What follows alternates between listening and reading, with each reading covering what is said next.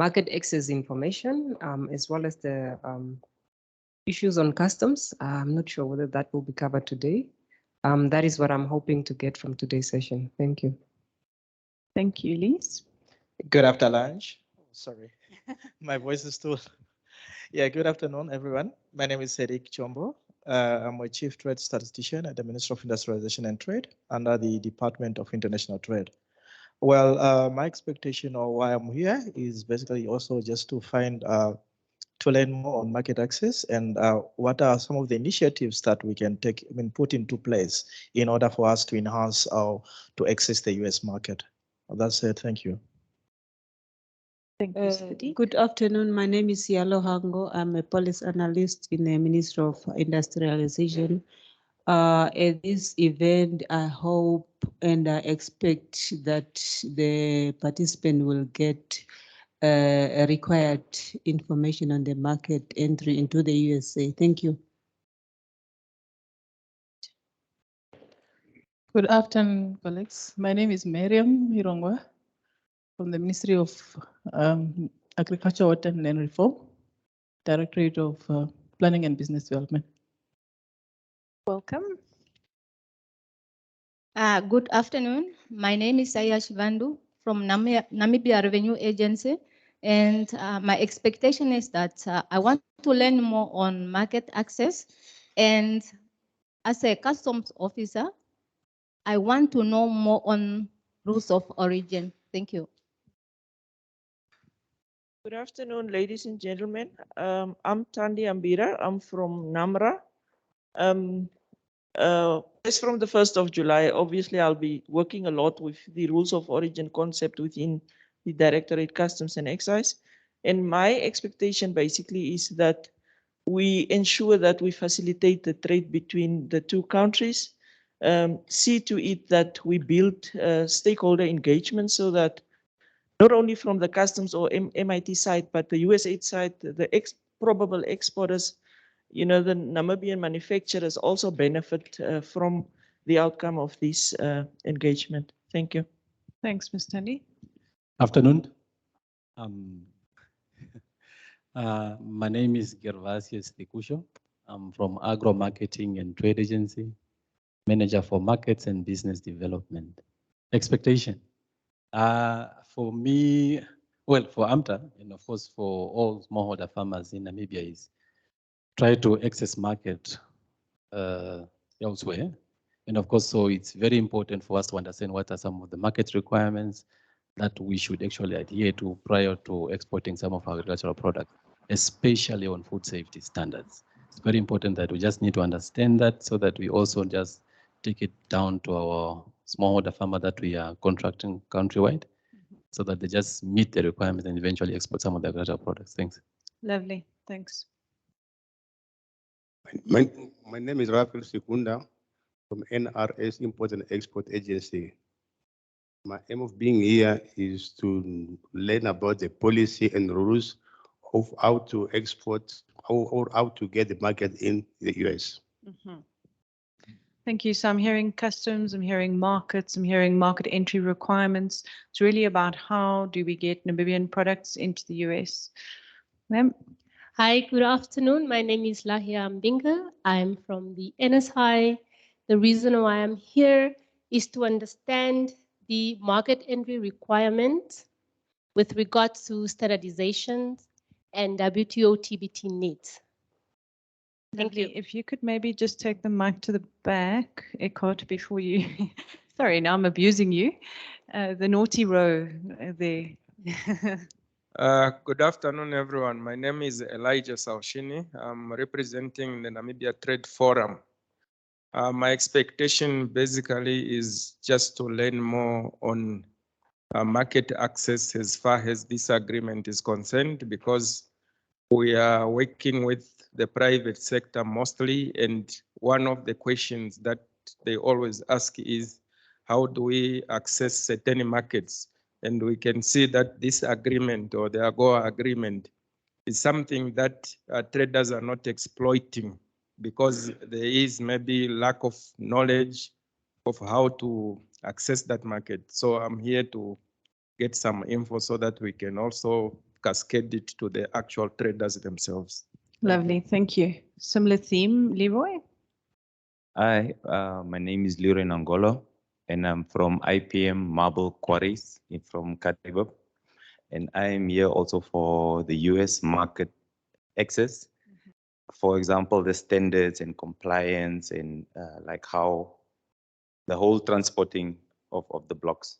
Okay, so maybe just to jump in here, we've got an event next week, same place, same time, and we'll cover more on the logistics in that session.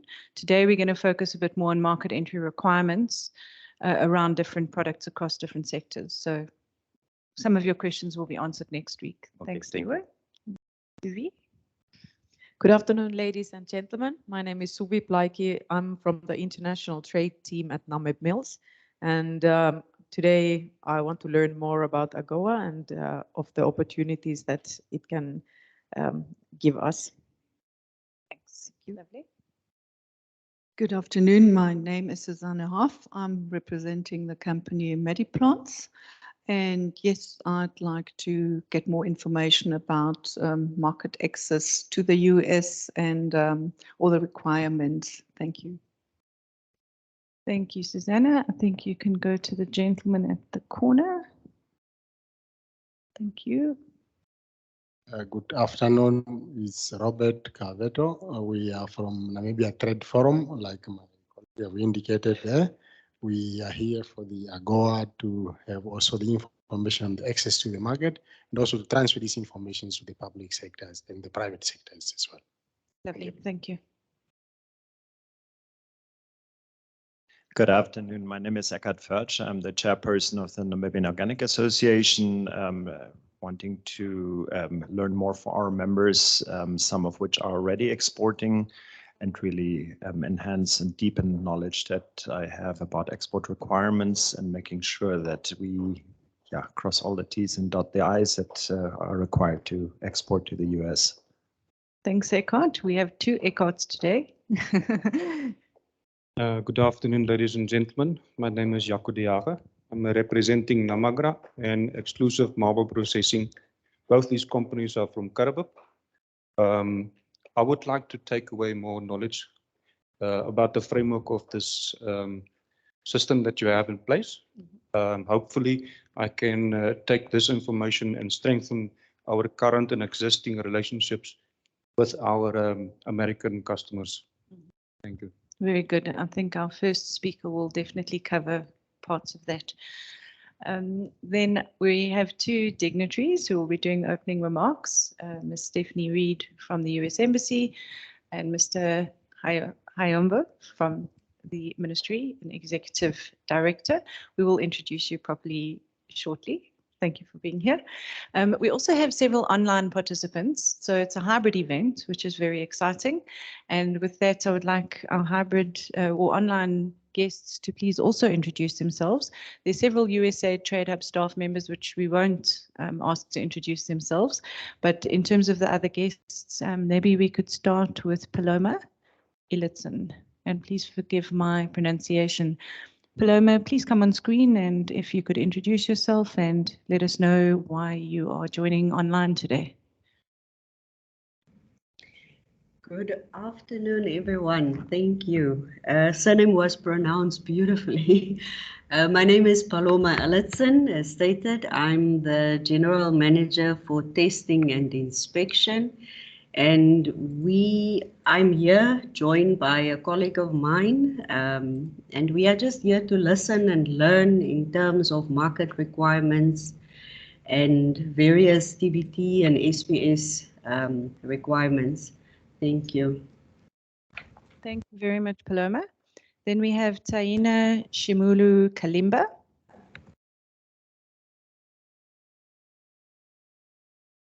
Oh, it's Tanya, I think. Tanya, we can see you trying to speak. Yes, good afternoon.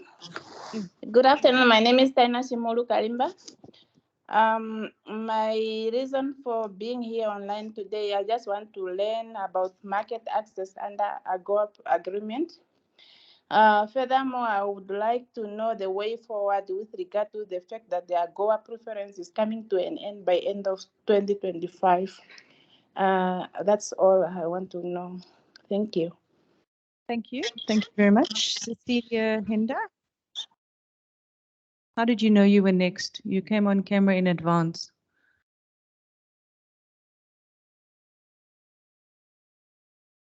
Cecilia, please go ahead and introduce yourself and let us know why you're here. You're on mute. Good afternoon, ladies and gentlemen. My name is Cecilia Hinda. I am working with the Namibian Agronomic Board as the manager for food safety and compliance services.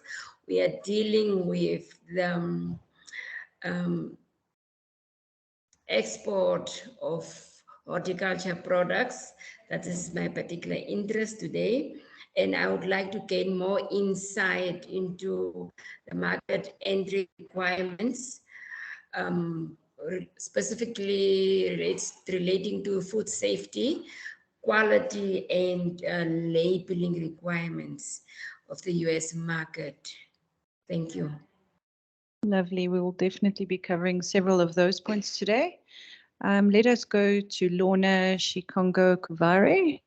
Lorna, if you could come on. Thank you very much, and good afternoon to everyone. Thank you very much for extending the invitation to the Namibian Agronomic Board. I'm also representing the Namibian Agronomic Board together with my colleague Cecilia Hinda.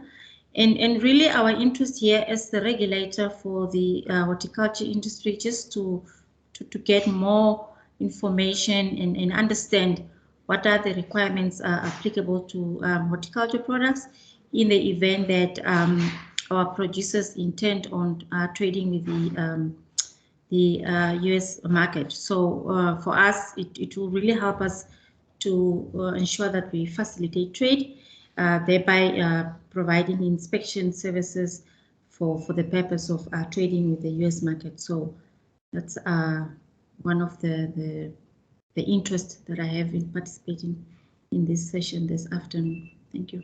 Super, thank you. So just to reflect on sectors, we've got a lot of agriculture, horticulture. I think we've obviously got a predominance of meat, we've got marble, we've got cosmetics, pharmaceuticals. So quite a breadth. I hope I haven't left anyone out who've mentioned their sectors thus far.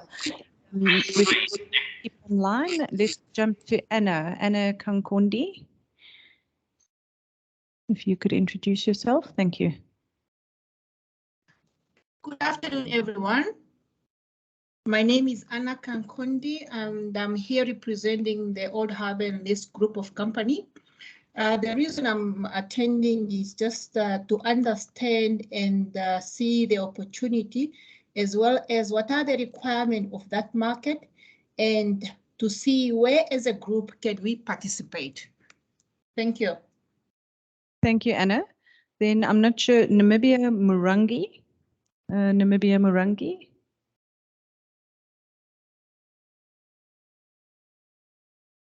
Okay, let's try Saima Amadila. Saima, are you there? Okay. There is one last person online that I would like to come on camera, in fact, and that's Gerrit. Gerrit Strafe, if you are ready to come on camera.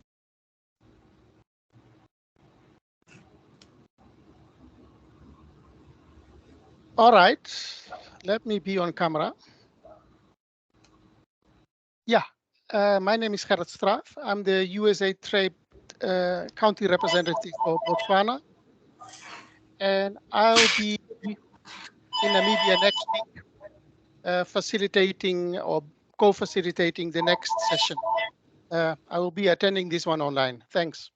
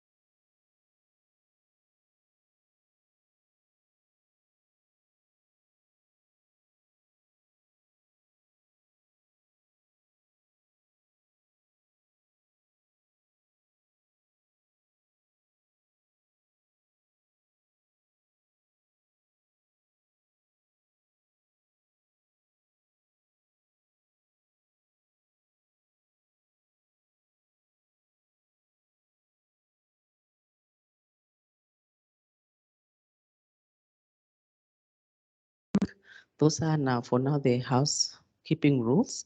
I wanted now, since we are now started with the program, to introduce our two opening remarks, the opening remarks and the welcoming remarks, which will be done by our executive director, the executive director for the Ministry of Industrialization and Trade, Mr. Sikongo Haihambo, and also Stephanie Reed, who's the acting Deputy Chief of Mission and Political, Economic, Commercial Chief from the U.S. Embassy.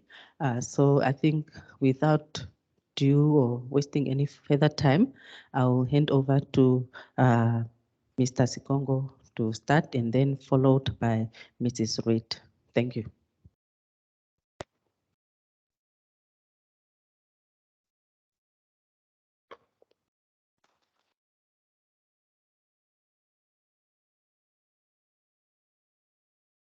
Thank you, Janet. Had you not clapped hands for me, I was going to demand that. Because I'm coming from an event where I served as a director of ceremonies, and for a good 4 hours, I was constantly telling people, please give him a big applause. So I was expecting to get that here as well. So I got myself customizing. Ladies and gentlemen, good afternoon. My name is Sikongo Hayambo, as it has been indicated. I'm the Executive Director in the Ministry of Industrialization and Trade. And I'm very, very happy to be here with you. Coincidentally, I'm coming from an event where we have been graced by the presence of a delegation from the United States, which is in the country. We are having a business forum, as well as B2B matchmaking. As we speak, it's taking place at Safari Hotel. I dropped them to come here while they're doing the B2B, because you can sneak out and then join them and make concluding remarks. And that's exactly what I'm going to be doing. They don't even know that I'm here. And don't tell them, please.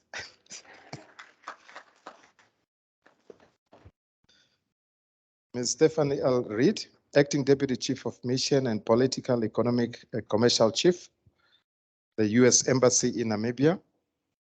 Frances Fraser, Portfolio Manager, Botswana, Malawi, and Namibia, USAID Trade Hub. USAID Trade Hub officials, business community, esteemed AGOA steering committee members, virtual participants, ladies and gentlemen, let me observe all protocols just in case I may have missed one or two.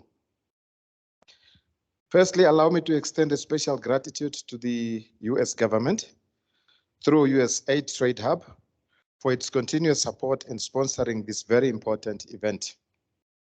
As you may recall, with the assistance of USAID Trade Hub, Namibia developed a AGOA utilization strategy, which was launched on the 8th of June 2021, in order to take advantage of the extension of AGOA legislation, which was extended in 2015 by a further 10 years. The extension is going until September 2025.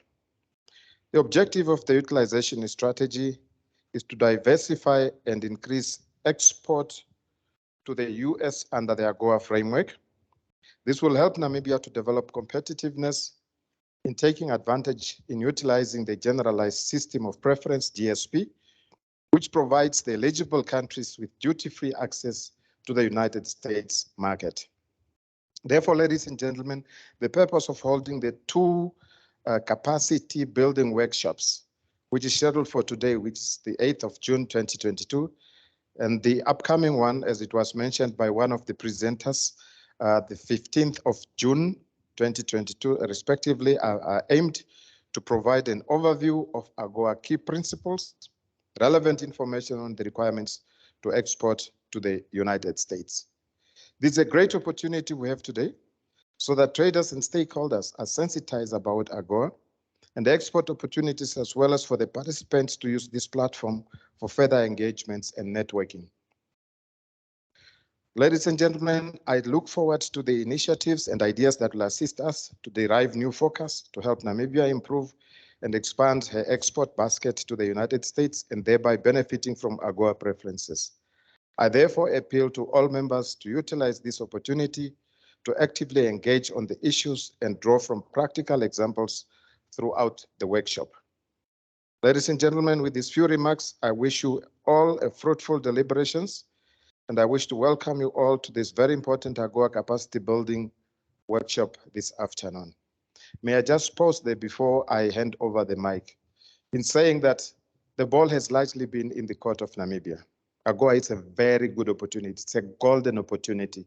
It's an opportunity where we as an eligible country have been provided with preference. Preference is discrimination. It's positive discrimination, if you may. In other words, there are others who are not in our shoes. But however, for us as a continent, we stand to benefit.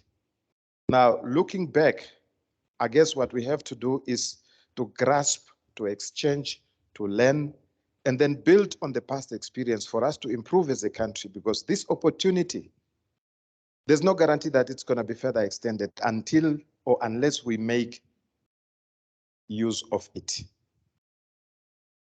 If you give your child a sweet and she does not eat it, you give the second one, she does not eat it. Do you give it to her for the third time?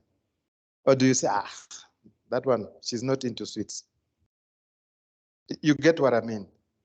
The US market is a huge market, a very huge market, which I can say that we may prepare as much as we can without having any fear that we're going to saturate that market. But we are not alone. There's competition in the neighborhood, because within that grouping, there are others as well who are also looking at utilizing the opportunities that AGOA provides. So Namibia, that's now I'm talking to myself. Namibia, this is the time for you to be well prepared and to buckle up. Come the end of this current AGOA, we have got a case that we can present in the event of us wanting a further extension, because these extensions cannot be taken for granted. It may sound like it's a bit on the negative, but I'm just being realistic because that's who I am. Thank you very much, ladies and gentlemen.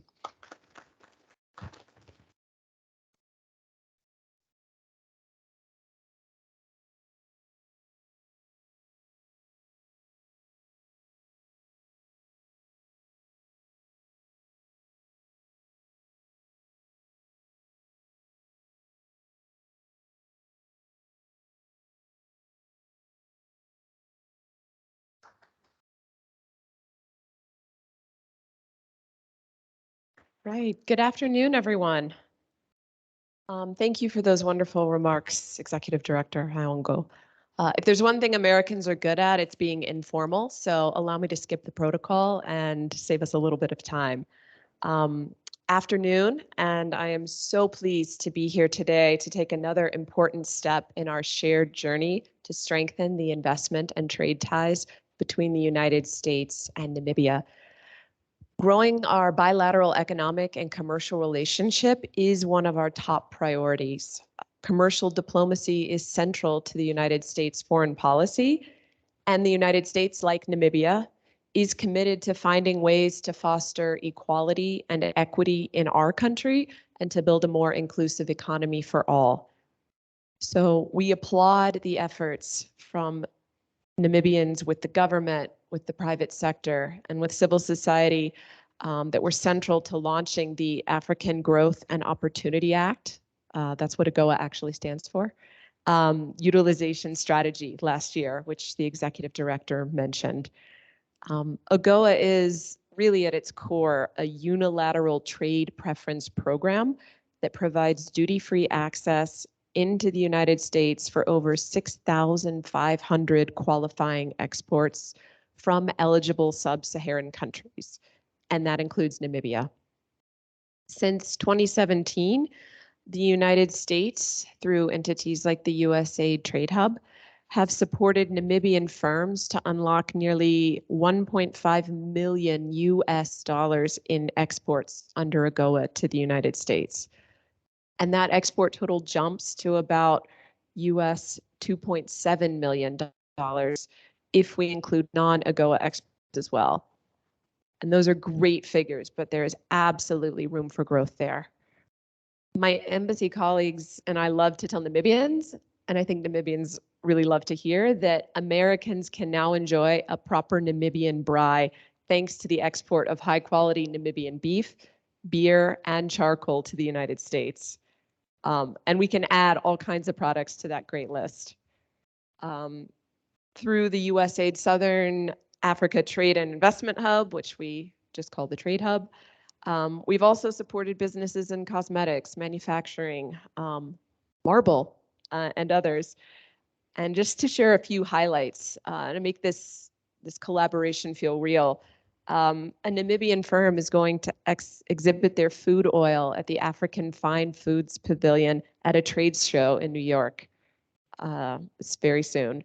2 Namibian firms are in the process of getting their products listed on Amazon. I mean, that's incredible. My family in the United States can log online and go on Amazon and buy great Namibian products, and that's so wonderful. But of course, we all know, and as many of you highlighted in your introductions, having a great product isn't enough. That's a good first step. And that's why the United States and the Trade Hub are also working with trade promotion service providers and others to help exporters from Namibia meet all those market entry requirements that are so important. And I know that commercial successes like the ones I've just described can only happen through partnership. And we're committed to doing what we can to support all of your efforts. The US government has been a proud partner to the private sector and the government in Namibia, helping firms to explore both the South African market, that's a great first step, a robust market right next door, and the US market through tools like AGOA. And we know that peer learning, that expert guidance on things like certification and labels, coaching on e-commerce, these are all building blocks on which we can create success for Namibian companies in regional and global markets. And today's workshop, I think, just is another milestone in our joint effort to help Namibia get maximum benefit from the AGOA facility. And I think it's a really exciting time to be involved in economic and commercial diplomacy here in Namibia.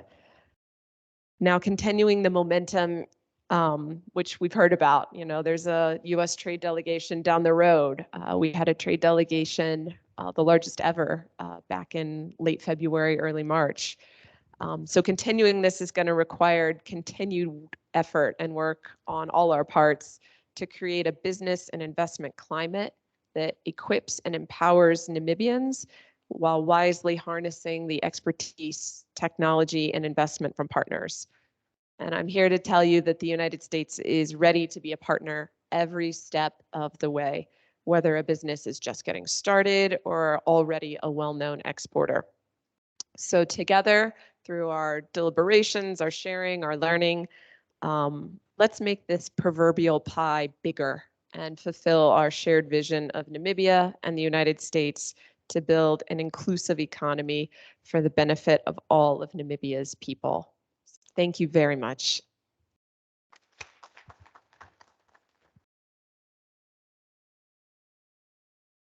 And now for the next part of the program, we'll play a small video on the AGOA overview. So just sit back and relax. Thank you.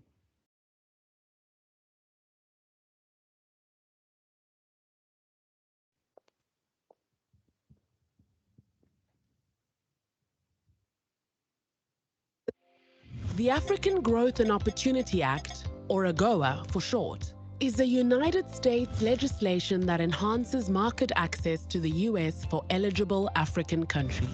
How is this done? By allowing duty-free imports into the United States for thousands of different products that originate in sub-Saharan Africa. With no duty payable, your products can enter the US market at more competitive prices.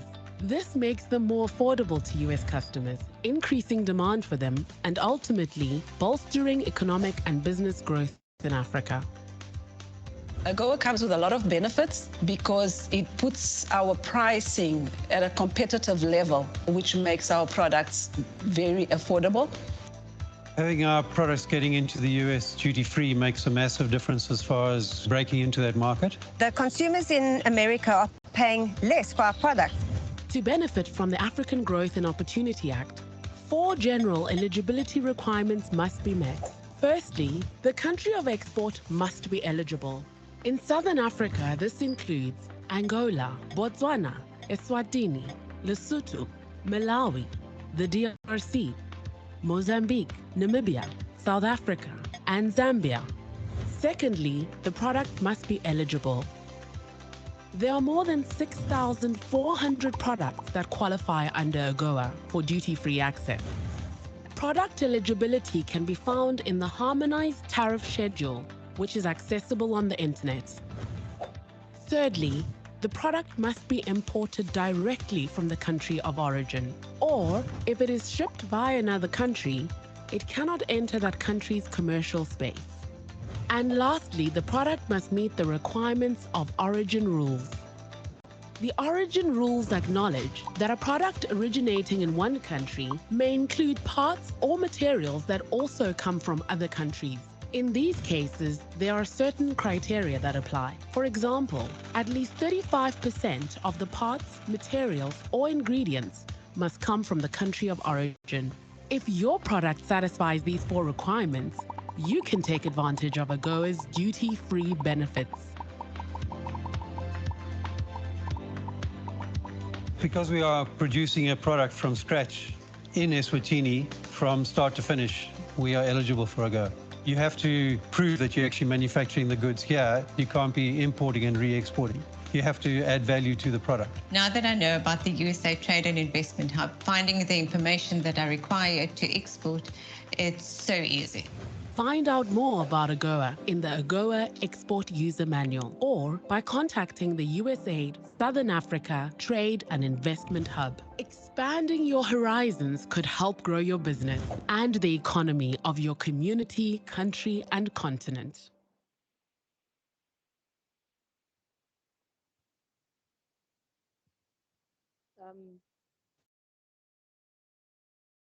Okay. I hope you have managed to get some very valuable information from the short video. And if you need more information, you can just access the link that was shown in the video. Now we have Mr. Eckhard Newman, an AGOA expert from the US, who's going to give us a presentation on the overview. He's connecting from virtual from Cape Town. Thank you.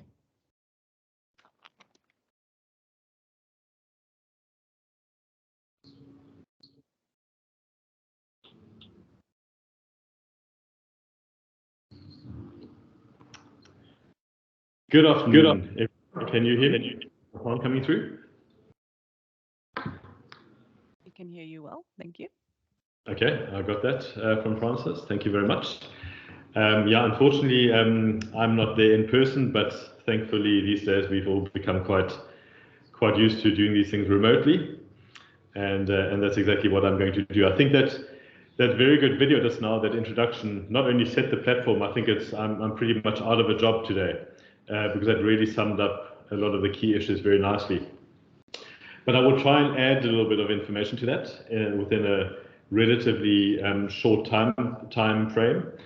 I'm not going to get too technical. I see the agenda has, or the program over today and the next event has a lot of very technical subjects, very important subjects, which is really, really interesting and fascinating and important. The devil is always in the detail, and being successful at exporting to the United States, you need to be familiar with these details.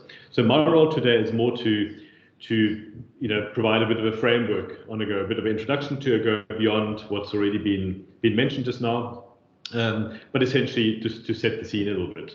And I do have a presentation which I'm going to try and share now, and I assume that is visible now. Francis, can you confirm that it is visible? Perfect. Okay. Thank you. Yeah, thank you. Yes. Okay. I mean the basics have already been mentioned, so I don't need to deal too much with them. Perhaps by way of very brief introduction. Beyond, I see there was a little biography on your screen just now. But maybe just in terms of my relationship with AGOA, or my fascination with AGOA, or interest in AGOA, that dates back quite a few years, probably more than 20 years, in fact, since shortly after the start of AGOA. And it was actually at a trade event. I'm an economist by training and work as an economist, especially on trade agreements and international trade and so on. And it was at an event, I think, for a textile and clothing sector, in South Africa before 2000, 1999 or so, or 2000, early 2000, when someone from the US Embassy, or consulate rather, told me that there's this thing in the pipeline, this legislation, it's called AGOA, it's going to be big, watch out for it, look out for it, and yeah, certainly take note, it's going to be very good for Africa. And anyway, AGOA came along, and then that planted the seed that, wow, there's this amazing legislation, US legislation, there wasn't that much information on it, and that kind of triggered the thought of creating an online platform to share information on AGOA, which I've done, and it's under agoa.info. So if you Google AGOA, you will most likely see that most of the hits that you get lead to somewhere on the agoa.info site. I still work on that site, still maintain it pretty much on a daily basis or on a very regular basis, and it has a lot of information on there. And in fact, those two trade delegation visits that were mentioned early on in the opening remarks, you can read about them on that site as well. You can get Namibia trade data on there and rules of origin information and a lot of information on AGOA, the latest data and latest events and happenings around AGOA, including the legislation, the AGOA reviews, etc., etc. In terms of, let me see if I can move this on. Today's workshop, I have a couple of slides. I'm not going to dwell too much on them, but I wanted to set the scene a little bit, provide a bit of a background, and effectively just share with you some of the key points around AGOA, but also I want to focus on what makes AGOA so valuable, in particular at the moment. And there are very good reasons why AGOA is particularly valuable to exporters and to US importers at the moment, but I'll get to that just now. So effectively, as was mentioned, AGOA has been around for the last 22 years, since May of 2000, signed into law under then President Bill Clinton, and renewed by President Bush and Barack Obama and President Obama, and then last renewed in 2015 for the longest possible period, a 10-year period to 2025. Until then, the renewals had been fairly shorter. There's a bit of a timeline on the renewals on your screen at the moment, but essentially at this stage, AGOA is set to expire in September, at the end of September 2025. So it's only about a couple of years, 3 years left for this, 3 and a bit. So it's never too late to start, but it is important to utilize the preferences as they are.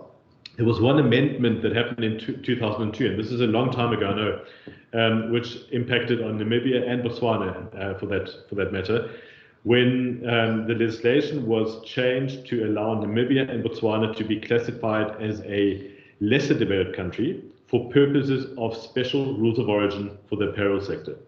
Because essentially, AGOA has rules of origin. They were mentioned early on, this 35% local content rule. But for the apparel sector, it has completely different rules of origin, and they're very flexible, very groundbreaking. And those rules of origin for so-called lesser developed countries, as it is called in the legislation, are even more favorable. And Namibia qualifies for those, and Botswana qualifies for those as well, along with most other AGOA beneficiary countries. Not all have qualified for this provision, but they all potentially benefit from it if they meet certain administrative requirements. South Africa does not benefit fully from these flexible rules of origin.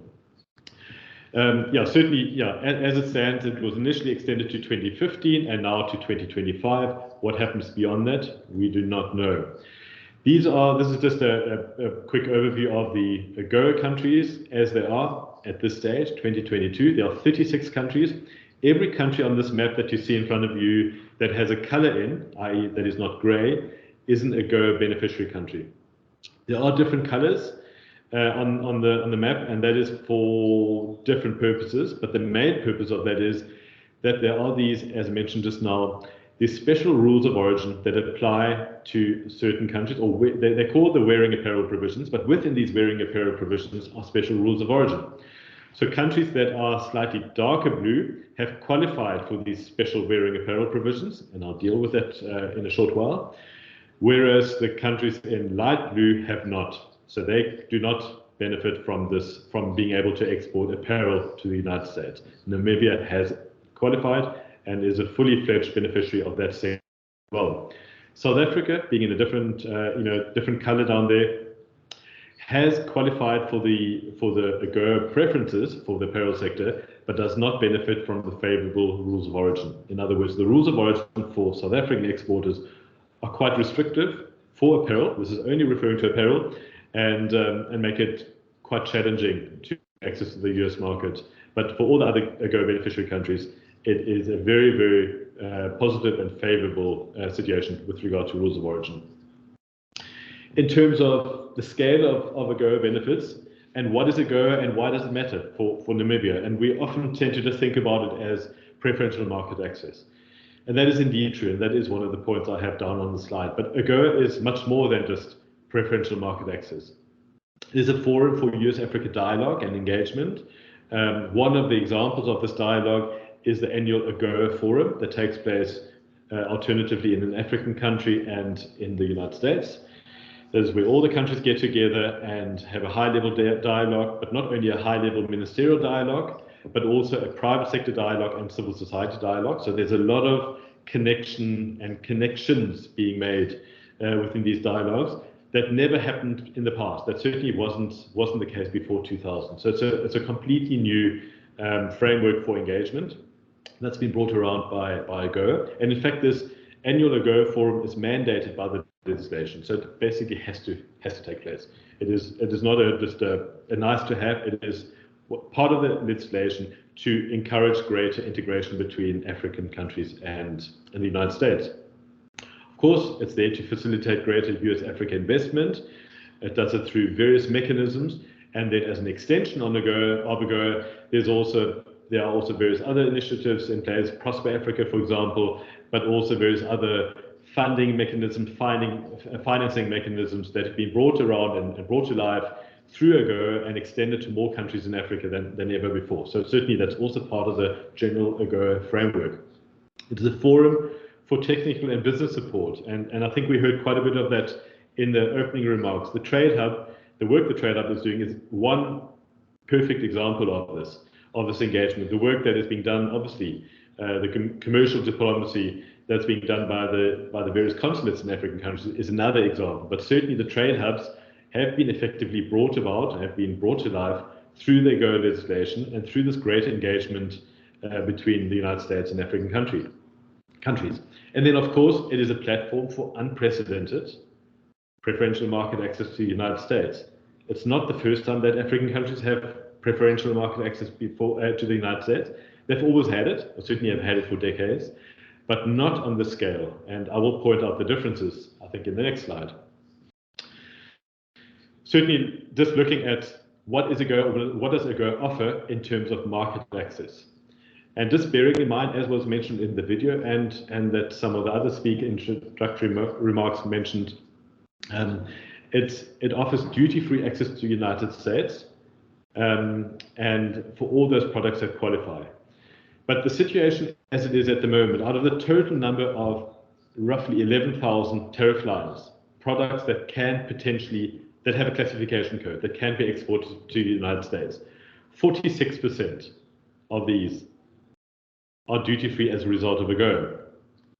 Another 12% on top of the 46%, also as a result of AGOA, are then textiles and clothing sector, or those tariff lines. And the reason why I have it here as different percentages, even though it comes to 58% in total, the reason for that is because the apparel sector, the textiles and clothing sector, has another administrative requirement that must be met. So just because a country is AGOA eligible doesn't mean it is able to benefit from the textiles and clothing provisions. These do require a certain mechanism, an application to the United States or the United States International Trade Commission and the Department of Commerce that most countries have completed, basically showing that they comply with this AGOA visa system. In other words, they have a system whereby they can track the use of imported materials, non-originating imported materials, and manage the whole process between imported or non-originating inputs and the final product being exported to the United States. In other words, countries need to be able to demonstrate that they have systems in place, that the compliance with the rules of origin provisions is ensured. Most countries, certainly Namibia, do have this in place and have always had this in place, certainly from the early 2000s, and as a result, that's another 12% tariff lines. 39% of all possible tariff lines are duty-free anyway. You do not need AGOA for it, or any preferences for it, GSP preferences. Okay, so 39% of the 11,000 are duty-free anyway on a so-called NTR basis, and NTR stands for normal tariff relations. It's basically the normal trade relationship that the United States has with virtually the entire world. There are very few exceptions to that. For example, North Korea and Cuba are two exceptions to that. But for the most part, the world can trade with the United States, export to the United States in these 39% of total tariff lines, roughly 4,300 tariff lines, duty-free. So one doesn't need any preferences for it. But certainly for the 58% under AGOA, one does need preferences, an arrangement. And that's what AGOA assists with. So what remains? It's 3%, roughly 350 tariff lines that still have a duty into the United States, where it is either not duty-free under normal tariff relations, under the normal kind of no certificate of origin, no special claim for preferences, or under AGOA preference or GSP preference. And I'll deal with the GSP issue just now as well. But certainly at least very few tariff lines for which there is still any duty. And I do have a statistic coming up in the slide just now, how much duty Namibian exporters, or rather US importers of Namibian goods, have paid since 2000 on Namibian-made goods. It is not very much. Just a couple of headline stats, again, to just in terms of setting the framework and setting the platform for AGOA and what AGOA is. There are currently 36 AGOA beneficiary countries. There were 39 until the end of last year. Ethiopia, Guinea, and Mali lost their AGOA beneficiary status for various different reasons. And the reasons, essentially, without going into the detail now, is because they're no longer compliant or considered to no longer comply with AGOA's eligibility requirements. So part of the United States legislation also says what a country needs to do in order to be AGOA eligible. And these are general standards around human rights and political plurilateralism and allowing unionization and et cetera, the rule of law, etc. So a number of eligibility criteria that countries need to adhere to. They are fairly common, fairly standard, and Namibia complies with all of them. So there's no issue. And as a result of not complying with these, Ethiopia, Guinea, and Mali lost their AGOA access at the end of last year, or as of effective 1st of January this year. Since 2000, since the start of AGOA, $552 billion worth. So when I refer to dollars, I'm always referring to US dollars, not Namibian dollars, have been exported under AGOA or GSP. GSP stands for the Generalized System of Preferences, and I will deal with that in a short while, of which 89 billion have been non-oil exports. So you can see the majority under AGOA GSP has been oil, and I often make the remark that oil doesn't need AGOA preferences to be exported to another country, but certainly we can focus on this $89 billion value. That is what AGOA has catalyzed or has given preferences to. In 2021, obviously a year where trade was upside down a little bit as a result of the global COVID pandemic and international shipping being a lot more expensive or less reliable or less frequent. $6.7 billion worth of AGOA exports, of which 4.8 billion were in non-oil exports. So the majority of exports at the moment were in non-oil categories. So it could be manufacturers or textiles and clothing or agricultural products. Total exports to the United States accounted for 0.97%, so just under 1% of US global imports in 2021. Unfortunately, that is slightly lower than in 2000. So the share, Africa's share, the AGOA beneficiaries share rather, of US imports has actually declined despite AGOA. So it does tell us not only that US imports have grown a lot, but possibly that there's a lot of potential still to further grow exports from AGOA countries. In terms of a couple of headline sets, and I know there's someone else, another speaker after me, talking about trade, so I don't want to delve on trade too much, but just really some headline stats again. Since 2000, this is always for the period 2000 to end of 2021, these being the full year, $3.87 billion US worth of exports to the United States from Namibia, total exports, of which $500 million US were exported under AGOA preference. In other words, US importers were able to claim AGOA preference on these. Now, if I were in the room with you physically, I would be asking, can anyone take a guess what the biggest export category is from these 500 million? And I am going to answer the question myself because I won't be able to hear any answers, but maybe just give it a thought for 5 seconds. So out of the $500 million worth of US imports from Namibia under AGOA since 2000, one sector has accounted for half of those, or just short of half of those. Eckhart, do you want Yes. me to ask everyone what they think? Well, I mean, if it's, I know we are a little bit time constrained, but certainly if I were there, I would, yeah. If someone has a good guess, please do. Yeah, thank you. Let's hear. Maybe take one or two answers. Guesses? Mining sector, especially diamond. Okay, diamonds. My guess is beer. Beer. Any other guesses?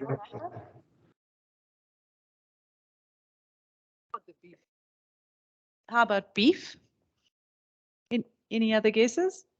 Ah, we've got a strong head shake there. No, any guesses, sir? Not beef. Not beef. I think something from the mineral sector, diamonds or maybe gold, Okay, but our mostly diamonds. statistician and this gentleman are on the same path. Back to you, Eckhart. Yeah, thank you. No, I'm now getting thirsty for some Namibian beer, but it is not beer, it is not minerals. It is a manufactured good.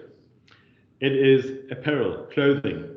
$242 million worth of clothing has been exported by Namibia to the United States under AGOA since 2000. And I know it's a little bit misleading talking about clothing now, because these exports haven't been happening in the last 10 years. They happened in the period 2002 or 2003 to 2007. So in that period, there was 1 year where there was over $70 million worth under AGOA, and in the other years, a little bit less. But certainly $242 million. It was effectively, mostly, to my understanding, one company, one Malaysian company, Ramatex, I think, that came and went, unfortunately. But and I know that investment was a little bit controversial for various reasons. But certainly, I'm just talking purely from a trade statistical point of view, $242 million from Namibia to the United States, using AGOA preferences. Other sectors make up the rest of it now. There's been a whole selection of goods being exported under AGOA, some more than others. In recent years, for example, and I know we have at least one representative of that sector, of a business in that sector here, and that would be marble or building stone. Essentially, is currently a very important export from the United States under AGOA. One of the main, in fact, the majority of AGOA exports, majority of AGOA preferences are being utilized by this sector currently. And there have been a few others, vegetable oils being one of them. It was also mentioned early on, some fur skins, etc. Beef has also been one. Unfortunately, nothing in 2021. 2020 was the year of Namibia's beef exports after a very long period of getting the necessary approvals to be able to export beef, Namibian beef, to the United States. I'll have a slide on that a little bit later on. During this period, since 2000 to 2021, $6.2 million worth of import duties were paid by US importers of Namibian goods. And if you calculate, or if you divide that into the total value of Namibia's exports to the United States, that's only 0.16% in total of Namibia's exports had to be paid in duties. It's a very small barrier to Namibia's exports to the United States, seen at a global, at an overall level. It's not even 0.25% on US imports, Namibian exports to the United States, US imports from Namibia. What makes AGOA better and different to previous US market access preferences? And I say previous deliberately. So what AGOA does, it builds on the GSP, the Generalized System of Preferences that the United States has, and various countries have such a system, a GSP system. Europe has this, Canada has it, Australia has it, China even has it, I think India has it, New Zealand has it, various countries offer developing countries preferential access to their market. It's either duty reduced or duty free, it's either for all products or only for some products, but certainly most countries, or many of the rich nations, so to speak, have a GSP, including the United States has or had a GSP. So what it does, it builds on that. It took all the GSP products, which were roughly 5,000 tariff lines. It added another 1,500 tariff lines and made all of these AGOA products. So all of them got an AGOA status. They kept their GSP status where applicable, but they all were given AGOA status. So in other words, a US importer importing that good was able to claim duty-free preferences by saying it's either GSP or AGOA, but certainly they don't even need to use GSP. They can use AGOA because every GSP product is also an AGOA product. Just AGOA has so many more products included. So that is one major benefit. It incorporated many products that were previously considered and still are considered sensitive, textiles and clothing being one of them. Textiles and clothing are duty-free into the United States when exported from Namibia, subject to the rules of origin, which are very simple, very easy to meet. So that's a very, very sensitive sector that has very high import duties into the United States, duty-free if exported and made in Namibia. They removed, the AGOA legislation removed the CNLs, competitive need limits. Don't need to go into it too much, but there might be a sector where it is potentially applicable in Namibia. But what a competitive need limit is, it graduates a product out of preferential status for a particular country if its share of US imports exceeds a certain percentage. It's a couple of percent exceeding total US imports, and that product loses its preferential status into the United States. So if Namibia, for example, were to export a certain product and start capturing a lot of US market share on it, it would run the risk of having this product radiated out of GSP status. Not so under AGOA. AGOA does away with these restrictions. You can export any volume and quantity into the United States without worrying about this CNL issue. The rules of origin, I know there were a couple of people that raised this as an important issue. It is indeed important. Rules of origin are basically the rules that determine whether a product is the economic origin of Namibia, not a product that has been imported from another country, bit of value addition happening, and then exported as a Namibian product. The rules of origin determine how much local processing is required in order to qualify for AGOA status. What is groundbreaking about AGOA is that the apparel, the clothing rules of origin were very, very flexible, very favorable for Namibian exporters or other AGOA exporters. You could import your fabric from anywhere in the world. All you had to do is make up the garment locally, and it was a local product. It didn't matter anymore where the fabric was made. You could source the fabric from China or wherever in the world, wherever your buyer wants you to source it from, because the licensed fabric supplier might be in India or in Bangladesh or in China. You only have to make up the good locally, and you qualify for AGOA preferences. Also in accumulation, this is not only relating to apparel. All AGOA countries, if you think back at the map I had of Africa, all countries that had a color in, that were AGOA beneficiary countries, are considered one country for rules of origin purposes. So you can source input materials from another AGOA beneficiary country and count as your own for purposes of meeting that 35% local content rule that we heard about in the video. It does not have to be only Namibian-made input materials. In these 35%, it can come from any AGOA beneficiary country. So you can source input materials from South Africa and consider them your own for purposes of meeting that 35% rule, and vice versa. So the opportunities for trade within the region are also enhanced as a result of accumulation. 2 countries or 3 countries can jointly benefit from AGOA exports. It was earlier on mentioned, for example, that the AGOA strategy that Namibia has developed last year, or that was launched last year, was also focusing not just on the US market, but also on the South African market. So think that one step further. Exporting to the United States indirectly by feeding into a product made in South Africa that is being exported to the United States under AGOA. Both countries benefit. Producing leather for the South African car manufacturing industry, for the leather seats, and those are being exported to the United States, both countries benefit. It's considered local origin under the rules of origin. And then, of course, lastly, offering a longer preference scheme until the AGOA scheme terminates, and currently till 2025. So there was a 10-year period. It's the longest period we've ever had for any of these preferential arrangements. What does AGOA not do? And this is quite important. It does not abolish US quotas. So some products have a quota when imported into the United States. For example, peanut butter paste has a quota. Tobacco has a quota.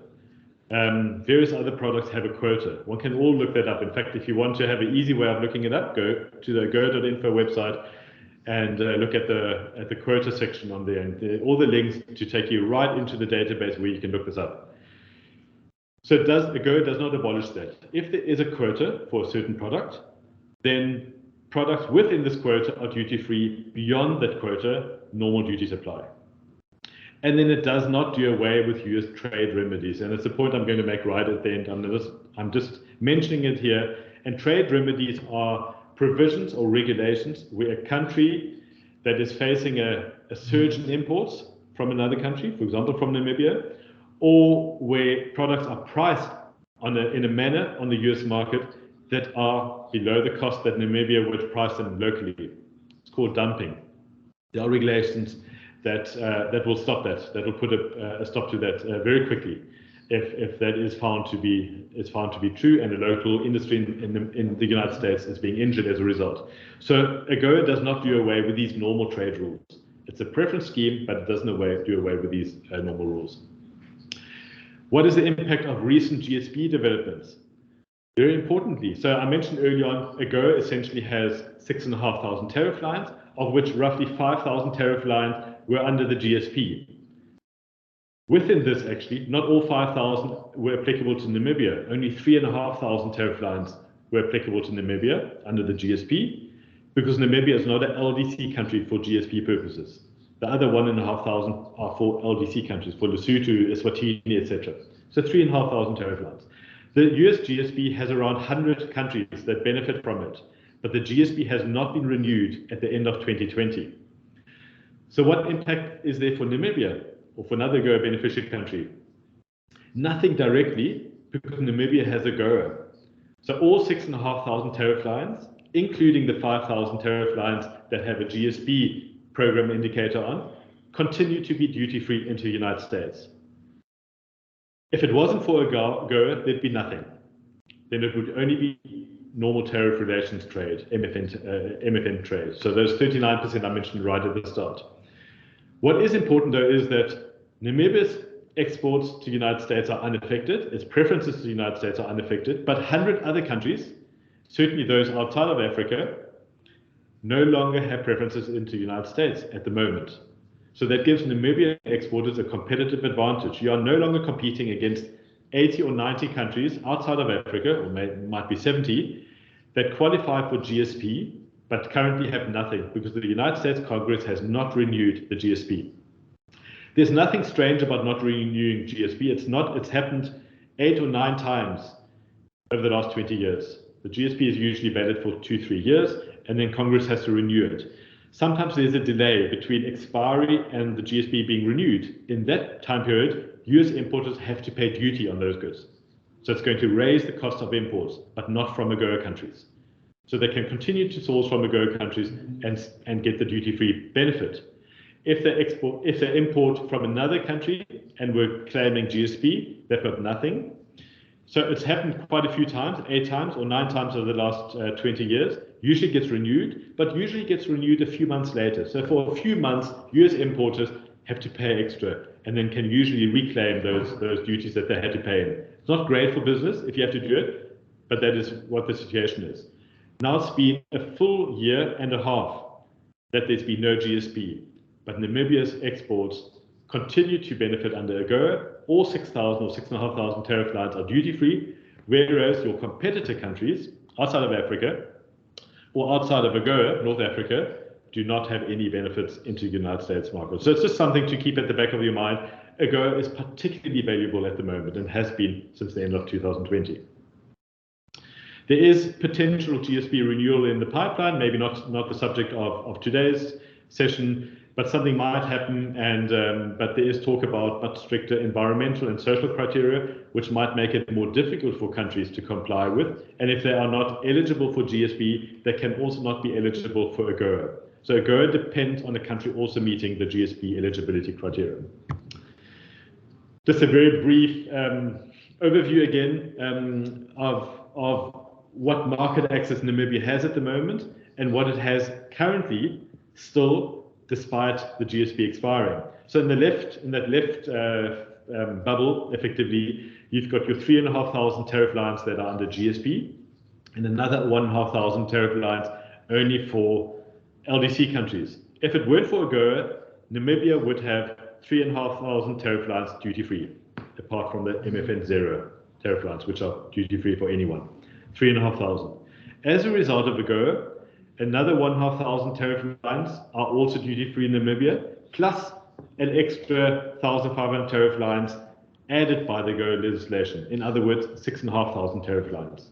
Currently, because of GSP's expiry, Namibia has all 6,500 tariff lines intact. So effectively, any product being exported by Namibia is duty-free into the United States, whereas many of your competitor countries or potential competitor countries have nothing at the moment. So it's just it just brings into stark reality again how valuable AGOA is. And then just finally, in conclusion, my time I'm sure is more than up now. A couple of success stories from Southern African countries, including Namibia, as a result of AGOA. Beef, it was mentioned early on. Unfortunately, no shipments last year, but in 2020, the first beef shipments were exported to the United States from Namibia. Namibia is the only African country, and the first African country, that has that authorization to export beef to the United States. It received it a couple of years ago. It's been a very difficult, long process to get this authorization. It's all about sanitary and phytosanitary measures and standards and controls, etc., etc. But Namibia did manage, did succeed, and was successful in 2020. Nothing 2021. Hopefully again soon. Certainly the market is open and the preferences are there. Macadamia nuts, not Namibia unfortunately, but South Africa, neighboring South Africa. AGOA eligible, a product that benefits from AGOA preferences. As a result, South Africa and Malawi now, in fact, South Africa and Namibia, South Africa and Kenya, together account for just short of 80% of the total US import market of macadamia nuts, with Malawi another 7%. So just short of 90% of total US import market of macadamia nuts come from 3 countries, and it's all being shipped under AGOA. $112 million worth in 2021. Citrus fruit, another example where South Africa is doing particularly well. In fact, it's only the Western Cape, because again, of sanitary and phytosanitary standards that are met by the Western Cape, but not by other parts of South Africa that also produce oranges. South Africa is the 4th largest international supplier to the United States, after neighboring Mexico, Chile, and Peru, or those countries in the region. More than $100 million worth in 2021. Textiles and clothing, again, it was a success story for Namibia in the early 2000s with $242 million worth of exports. No longer, unfortunately, at this stage. Lesotho is the 2nd largest exporter It does very little else except for export textiles to the United States. But yeah, $289 million in 1 year. This is in 2021 from Lesotho. And then Kenya is the largest exporter, 442, and so on. Ethiopia is also in that list. Ethiopia is no longer an AGOA beneficiary, as I mentioned, and has lost that preferential market access. Automotive products, again, a potential for linkages. South Africa is the only country directly utilizing AGOA preferences in this sector, but it is also sourcing leather from other countries. It has been sourcing leather from Botswana and has been sourcing leather from Lesotho. It may count that leather as its own leather or as leather that is originating in South Africa or in the region for purposes of meeting the rules of origin. So that 35% local rule, Lesotho leather falls into that category, Botswana leather, and if Namibia is going to export some of its byproduct from the beef industry to South Africa for use in the automotive sector, it would also count as a South African input material for purposes of meeting the 35% rule. So those opportunities for linkages, this is obviously a very big sector, but it applies to any sector.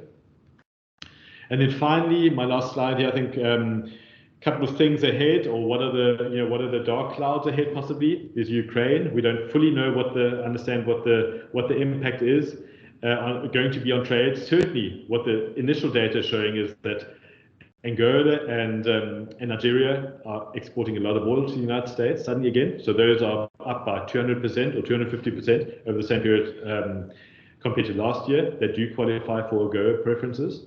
Shipping costs have obviously also gone up a lot, are less regular. US anti-dumping regulations, I mention it here only because it is currently a pertinent issue facing South Africa, in particular the South African lemon juice sector. So lemon juice exports from South Africa were worth roughly 10 or 12 million US dollars last year, 2021, and they are subject to an anti-dumping investigation at the moment over allegations that they are being sold at less than fair value. In other words, they are being sold for a lower price in the United States than they would be in South Africa. That triggers an anti-dumping investigation. A preliminary finding has found in favor, not in favor of South Africa, in favor of there being, or has determined that there is indeed likely or possibly dumping.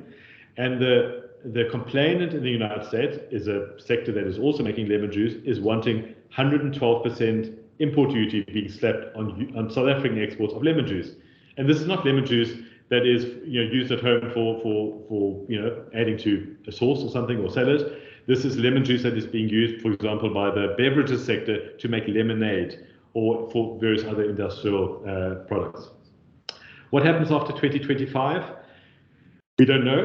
My guess, and without having a big discussion about it, given the time constraints, my guess is something will happen. I'm obviously hopeful that something will happen.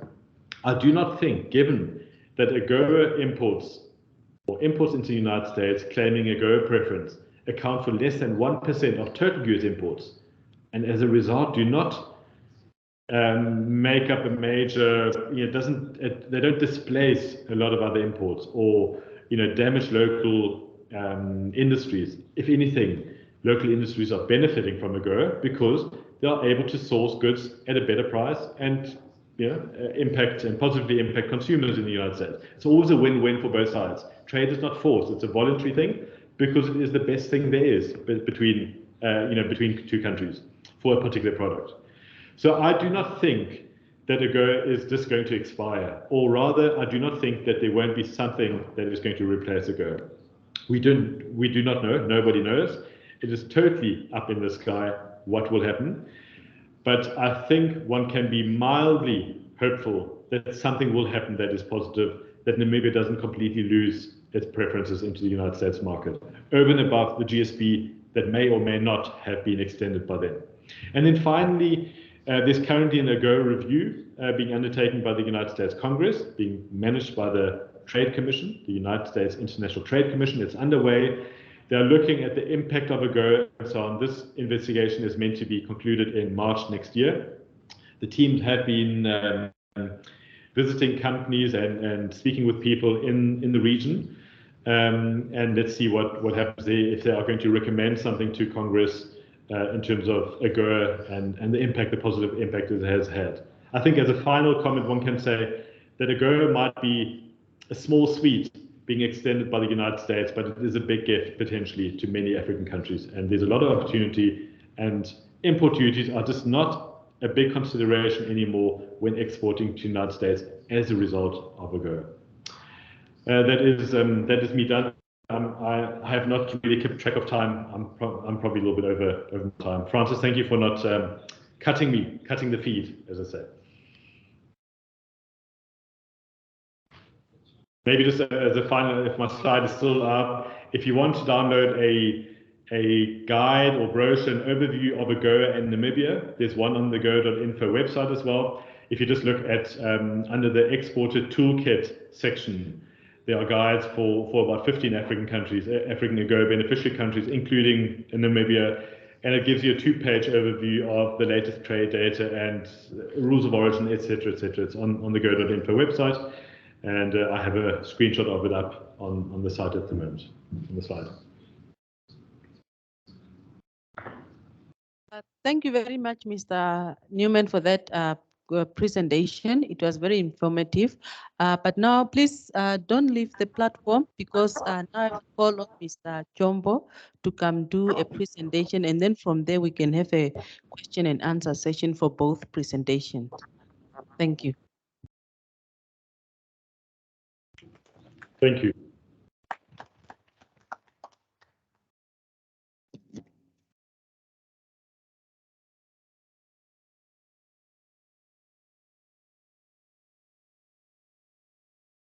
Thank you, Madam Janet. Good afternoon once again. And thank you, Mr. Newman, for making my life very simple this afternoon. So I'm just going to put his weights into figures this afternoon, and I would love to appreciate that from Mr. Newman. I'm going to be presenting on the Namibia trade statistics with the United States of America. Well, my focus, my base here, it is going to be 2021. That is the last year. Just a second.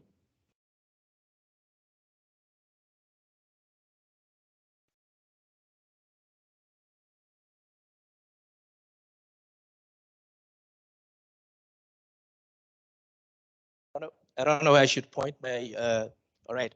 Yeah, so this is basically the outline of my presentation this afternoon. I wanted to touch on the rationale of AGOA, but this slide, I'm gonna skip it because it was overemphasized. The ED here also spoke on the rationale of AGOA, as well as the last speaker spoke on the rationale of AGOA. I'm gonna just give a brief trade highlight. And also, I'm going to give the trade pattern, Namibia's trade pattern with the United States of America, how we traded it instead of, and also just the direction of trade, Namibia's direction of trade in terms of trading partners. And I'm also going to touch on the top trading partners, rather trading products. And I'm also going to talk on or rather present on the potential products that can also access the US market. I don't know if I'm audible the other side, but I guess I am. Yeah, as promised, I'm gonna skip the first slide, and then I'm just gonna dive in the next slide. So Namibia imported goods worth, that is 97.6 billion Namibian dollars. My figures are in Namibian dollars to the rest of the world. And out of that, 2.5 million Namibian dollars was imported from the United States of America. This accounts for roughly 2.6% of the total exports to the world was imports rather was from the United States of America. And on the other hand, in terms of export, Namibia exported goods to the value of 68.3 billion Namibian dollars to the rest of the world. And out of that, a mere percent of 1.6, roughly 1.6% of the world exports, Namibia's exports to the world was exported to the United States of America, and that accounts for 1.2 billion Namibian dollars. Of course, given these figures, one can already tell that Namibia is running a trade deficit here. And if we check a trade balance, Namibia suffered a trade deficit of 29.3 billion Namibian dollars with the rest of the world, and of which, if we look at the United States of America, our trade balance was also in a negative, that is 1.3 billion Namibian dollars, of which this also indicates that we are importing more than we are exporting to the United States of America, and also what we are also importing more from the world. This one is just basically the trade performance in terms of the growth of imports and our exports to the rest of the world. This one is basically not specific to the United States of America, but this is the growth of our imports and our exports to the rest of the world. So you can see from 2017 there, our exports, the growth in terms of our export was very significant. We had a 15% growth rate in our export. But again, we could see a decline in this growth of which it persisted. You can see from 2019 when we had our COVID, you can see that our growth in terms of our exports also declined, and also in terms of our imports also declined. But then as again, we can see a sharp increase in both our imports and our export growth. I'm just gonna be brief and very fast with my presentation since we don't have much time on ourselves. So basically this is direction of trade. So these are the top 5 export destinations for Namibia. South Africa, of course, being the virtual, and South Africa is near us. We export most of our goods to South Africa, China being the second one, and Botswana being the third one. So these are the top 5 export destinations for Namibia. And our top 5 import destination. The USA features, of course, this, as I indicated earlier, my base year is 2021. So in 2021, America accounted for 22.6% of Namibia's exports, rather imports, were sourced from the United States of America. And these are some of the countries that Namibia sourced her products from in 2021.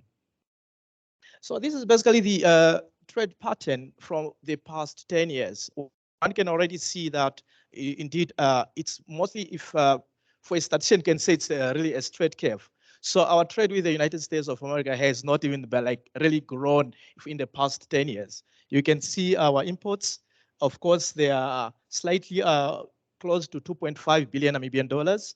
And of course, if you check that, I'm referring to the 2021, and our imports, our exports slightly above 1.2 billion Namibian dollars. So you can see, if you compare from to the previous year, you can see there's not even much significant growth. I think one can already see the potential for us to access this market. I'm going to touch base a bit briefly also in terms of the products that have got potential to access the US market under the AGOA as well. So these are some of the products, the top export products Namibia exported to the United States of America in the past 5 years, as highlighted. Well, the previous speaker spoke of textile, and I was a bit shocked. Anyways, I did not concentrate on the year because he said I'm from in the early 20s. Yes, definitely in the early 20s, textile was one of the one of the sector that penetrated the US market. We had the Ramatex, but after the Ramatex closure, you can see even the previous speaker also indicated that Namibia now does not feature in terms of textile. So for the past 5 years here, you can see Namibia is in precious and semi-precious stone. This is basically mostly, we're talking of diamonds. That's the diamonds is the one that have got a higher chunk in terms of exports to the United States. And all these products that are listed here, these are top 10 products that are listed to the United States of America, and all these products are eligible to the AGOA preferential treatment. And you can see over, yes.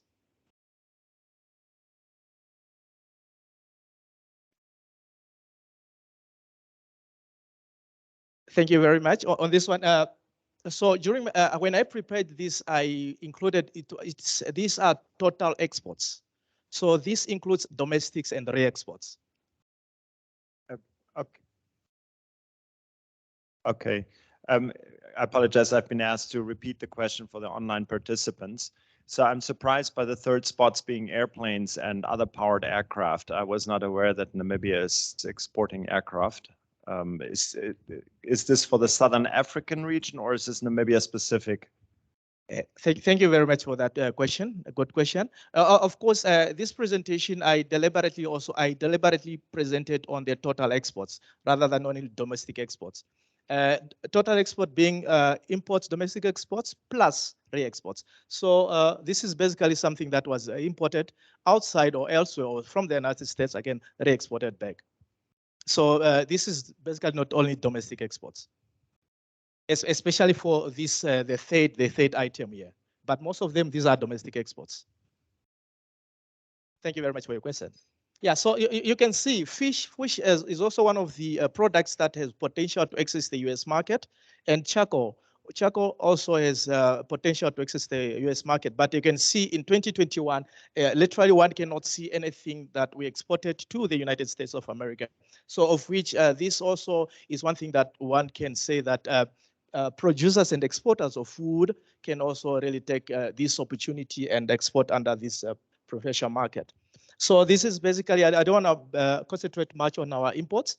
As you can see, the aircraft and parts that you asked about, it's also here. So this is our imports. So basically, what I presented there was more for total exports, which includes the domestic exports and also the re-exports as well. So you can see it also features in our top imports from the United States of America. So my last slide here, I'm just going to briefly take you through what are some of the potential products that Namibia is producing that can also access the US market. So we can see fish.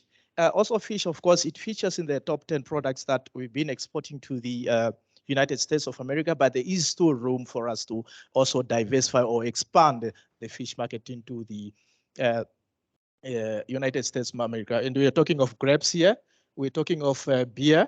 And basically, these are some of the products that we are having potential to produce and also export to the United States, to the US market. That being said, I think I've come to the end of my presentation. I promised I'll be very brief with my presentation. Thank you very much.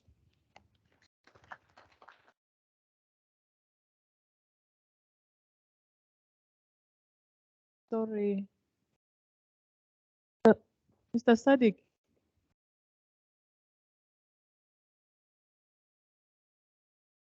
On your statistics for imported products, I did not see any statistics on beef. Maybe I cannot see clearly. Thank you very much. As I mentioned again earlier, my presentation was based on the base year was 2021. And in 2021, Namibia, we did not export any beef to the US market. Yeah, thank you. Thank you very much, Mr. Sadiq. I would like to thank our ED for the opening remarks and also Mrs. Reed for the opening and welcoming remarks. And I would also like to say thank everyone for their brief introductions that they made and their expectation of the meeting. And also I would like to thank Mr. Newman for the very informative AGOA background.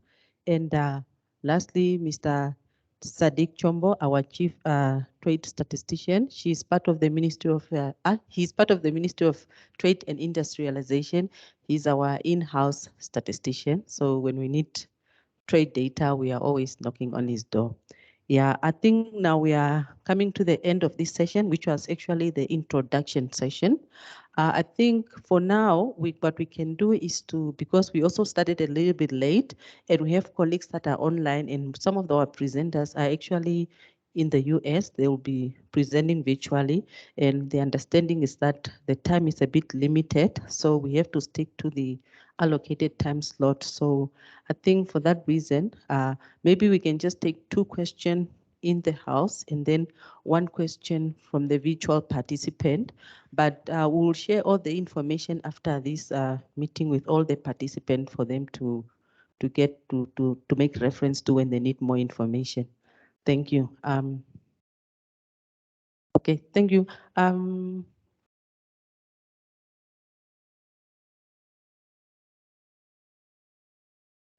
Thank you.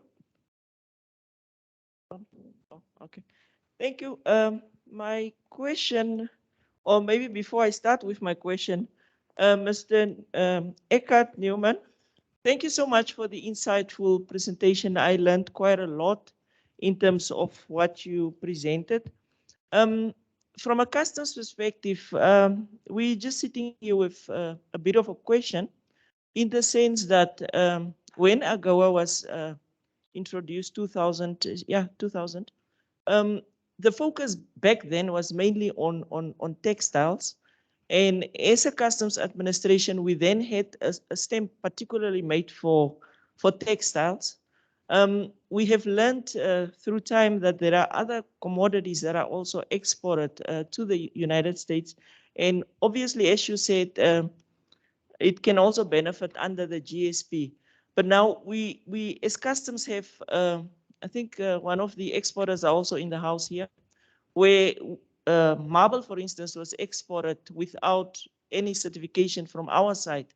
Now, it makes it difficult from a customs perspective to certify something that you have not supervised in any way, the exportation thereof, although there are customs documents that indicates that it was exported from Namibia.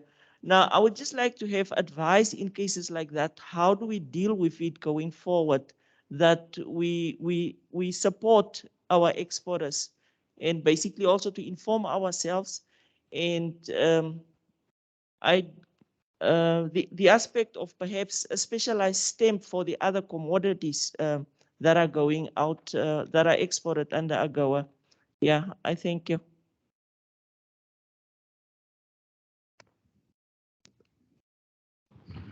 Yeah, sure. That's quite an interesting question. I'm trying to think on my feet here very quickly because I mean it's very much a customs issue, and it requires probably better, more of a specialist customs input than what I'm able to comfortably give.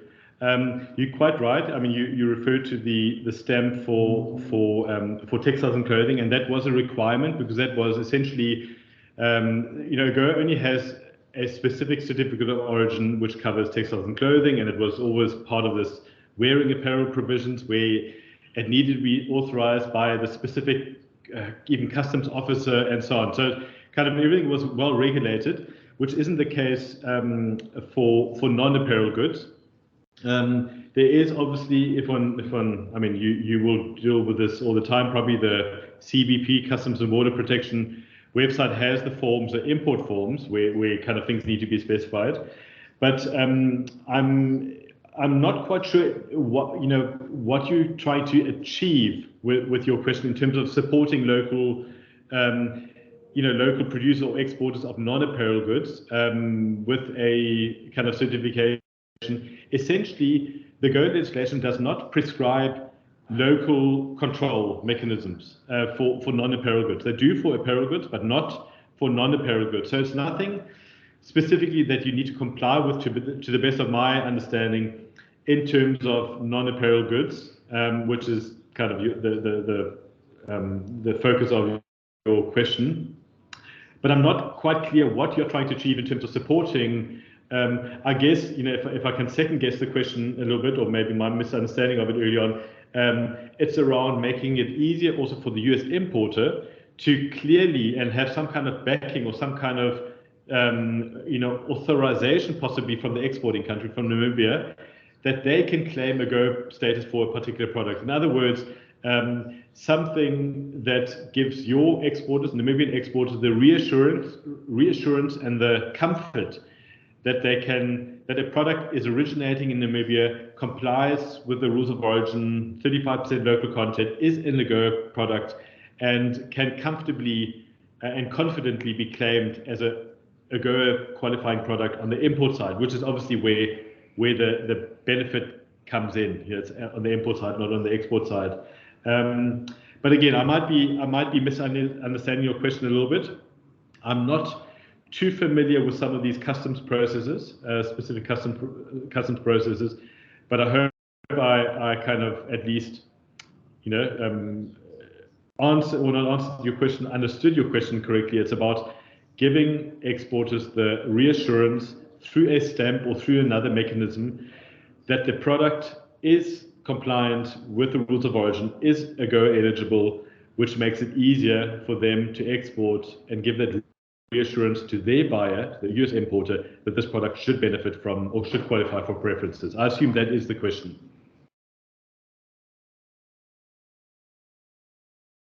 Thanks, Eckhard. Yeah, I think we've also had some discussions on the side, and I think my sentiment was similar in that I don't think you need a stamp if it's not textile, and I think that that's something we need to clear with CBP. So we will go into this particular case with the CBP attaché following the workshop. Thanks. Yeah, that's correct. I think because we have to certify the products that they are originating from Namibia, that they are wholly produced in Namibia. So I think from the customs office, they need to come up with a certification document or certificate of origin that can certify that these products are made in Namibia. So maybe it's from the customs office to develop that certificate of origin. I think that, yeah. I think maybe my understanding is that there is a standard certificate of origin that is issued and that is acceptable in terms of AGOA and acceptable to the Customs and Border Protection. The difference with textile and apparel, because of the different provisions, is that there's an additional requirement for a visa stamp.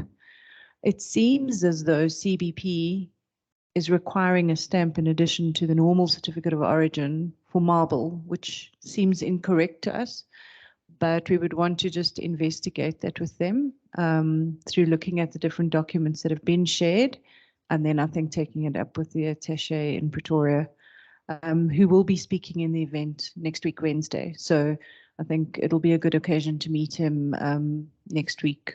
He'll be joining online, but I think that hopefully will resolve the questions. Yeah, thanks. Okay, next question, the last question. Or maybe online. Do we have anyone online who want to ask a question?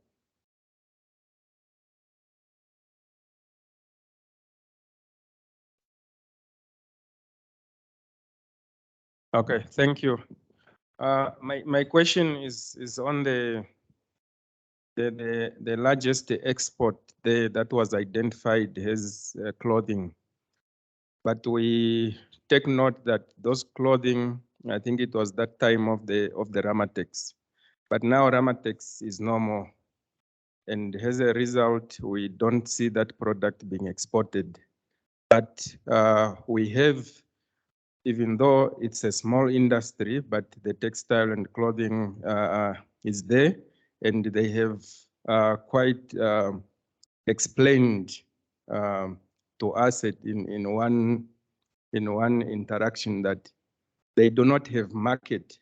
Even domestically here, there is an issue that they cannot access the market. They cannot sell the products that they have in the local retail shops.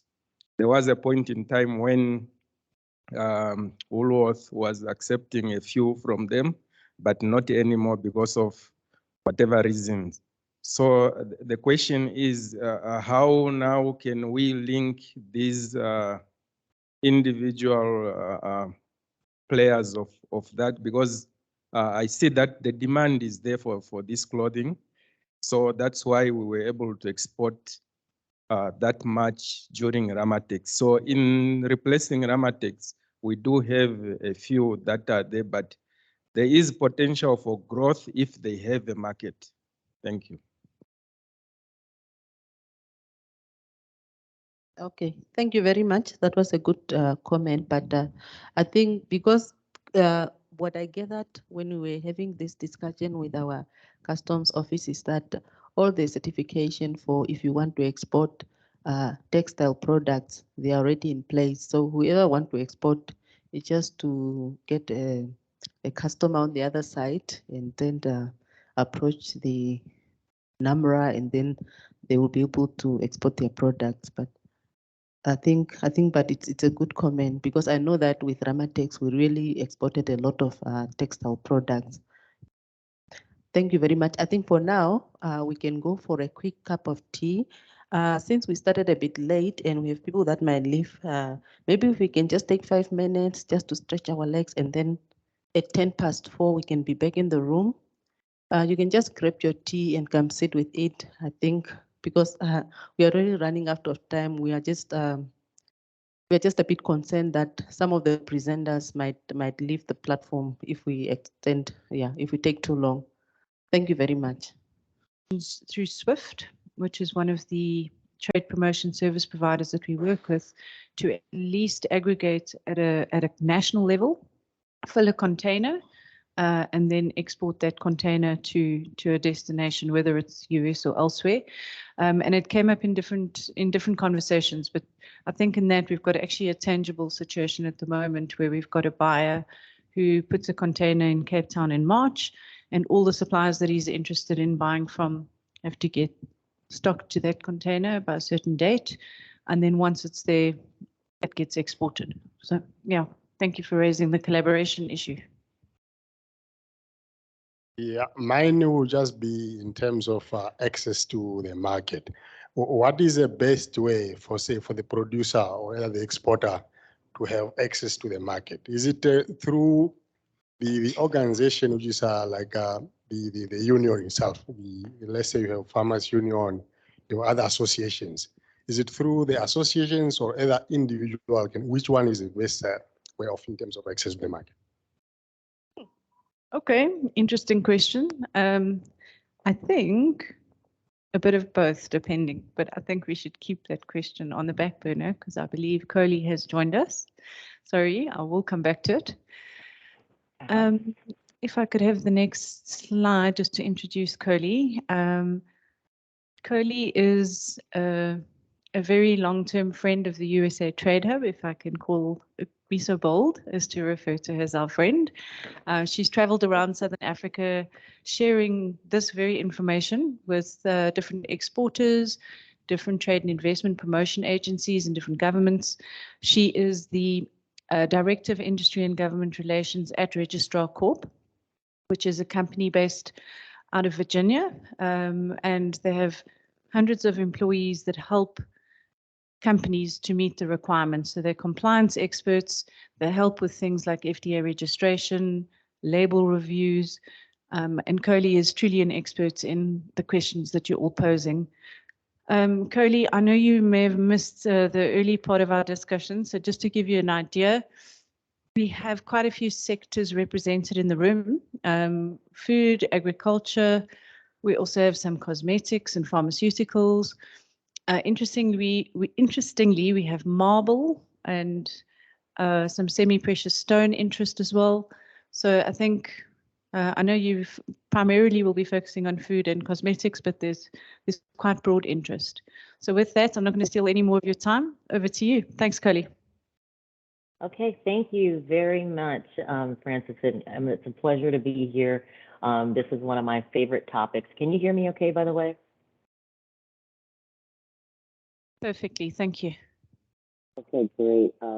Coming to you from the Bahamas. I'm in the airport, and I just thought this was a super important thing to do.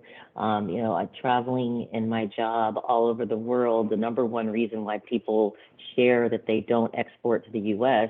is because they fear FDA or they don't understand FDA. And I think, it's worth having this discussion today, talking about exporting. So I'm going to, basically, like you pointed out, Registrar Corp is an FDA compliance consulting company, and we're based in Virginia, but we have 20 offices around the world, one of which is in Cape Town. We have a representative there, Chandra, and I think you might have met her before, Francis, but and maybe some people at the Statue Hub have met her. But all of the work is done in the United States, and like you mentioned, we have about 275 people that this is what we do all day long. So thank you for taking the time today to learn about these US FDA regulations, because my thought is it's not as hard as we think it is when we really understand the mindset of the FDA and what they're trying to go for and why they're creating these regulations. So let me go here. I'm going to take for bandwidth purposes, I'm going to take my video off, but you should still be able to see my screen. So how does the FDA work? Understanding how it works is important because, again, it helps you follow the regulations and it helps you remember the regulations, if anything. So, so anyway, I apologize for the noise in the background. Again, I'm in an airport. I'm in a lounge. But anyway, so FDA, a lot of companies say to me, oh, my facility has been approved or my product has been approved. And there's no such thing. FDA does not approve facilities or products, but what they do is they set out a list of regulations that companies have to follow and comply with. But when it comes to food and beverage, there is no approval of a facility. So you don't ever want to say that when you're doing business with the United States, because that doesn't make sense. And it gives an indication that you aren't compliant or you aren't knowledgeable about FDA, and it's kind of important when you're talking about food and beverage. Another thing that I always communicate to companies all over the world, really, really, in the beginning, comply. Don't make the mistake of rushing to market and shipping your product without checking labels or being registered, because right there, that can ruin your reputation with the FDA. And what happens is FDA has a system called the Predict system. And this Predict software is where once you're ready to ship your product, it gives you, this system assigns a product risk level, a shipper risk level based on their compliance history. And then also, if you have any background of violations, this system will assign a risk number, and it could cause your shipment to be detained and further inspected. And most of the time, as you guys all know, it's all about time and money, getting the product across the water, off the container, and into the stores. So you don't want delays. So again, let's learn these regulations now so that you don't ever have a high risk number assigned to you in FDA's Predict database. Okay, so how does FDA work? FDA, has different ways of making sure that if you aren't following regulations, that you are somehow kind of smacked on the wrist, or you are warned. And that's done through inspections. FDA can show up at your facility at any time to inspect. It could be a random inspection. It could be based on a query or a situation with your product, the risk level of your product. They can refuse when your product comes into port. They can import refuse it. Import alert is where all of the ports are alerted of a particular product or a particular shipper or a particular country's issue with a product. And it's the way FDA communicates with all of its ports to say, hey, beware, if you get a shipment from this guy or this country or this product from this country, stop it and further test. And import alerts are put on companies or countries with repetitive violations. Then you have warning letters. Okay, again, if FDA comes to your facility or finds out that you're not complying with the labeling, they can issue a warning letter. And then continuing on down for more serious infractions, suspension of registration, or criminal and civil penalties. And so again, understanding the regulations in the beginning kind of keeps you away from all of this. And if you do have an inspection, great, it will go well if you make sure that you're compliant. Okay, so some of the basic requirements, and basic doesn't mean simple and just flat. Basic means these are some of the things that you need to get done in the beginning, but they have little nuances of complexities, meaning that registration used to be one and done. You used to register and then you were done. But FDA realized, hey, when they register and they're done, how do you update the information? So they added this renewal step to registration a few years ago. So no longer do you just register and you get your 11-digit number and you're done, but actually you register and you must every 2 years renew your registration. So that's the one thing. And so a lot of companies forget to do that. Something as simple as that, they forget to do it. Every even numbered year, you must register your facility. And so that's something that just doesn't really happen often, often can be missed. So there's another thing. As a foreign company exporting to the US, your registration is a little bit different than the domestic. And that means that as a foreign entity, FDA is not calling Africa. They want a US agent listed in your registration. And so it's important that the foreign facility understand that they have to list a US citizen or a US based contact in their food facility registration. So you don't just register your facility, but you have to also list a US agent, and you have to be prepared to renew that registration every other year, every even number year. So, and that US agent has to be based in the United States, available to be contacted by FDA any time of day, any time of night. So a lot of people will choose a US agent that is their cousin or a friend, because it really doesn't have to have any other qualification other than someone that's available and that can answer the phone and talk to FDA. That's really the bottom line criteria for it. But we warn as registrar corp people and say, pick a US agent that knows what they're doing. The US agent should take the job seriously and not just be a warm body in the United States. Because when FDA sends an email or email for notice of inspection or a query and ask about a question about something, and the US agent doesn't respond, because that's really not their job. A lot of people are just doing it because they're a cousin or a relative or an importer of the company in Africa. So if they don't respond, the person that is harmed by this non-responsiveness is actually the foreign company. So you want to choose a US agent that this is what they do for a living. And our company, Registrar Corp, offers US agent services, and we make sure we renew you on time. We make sure that you're updated on regulations.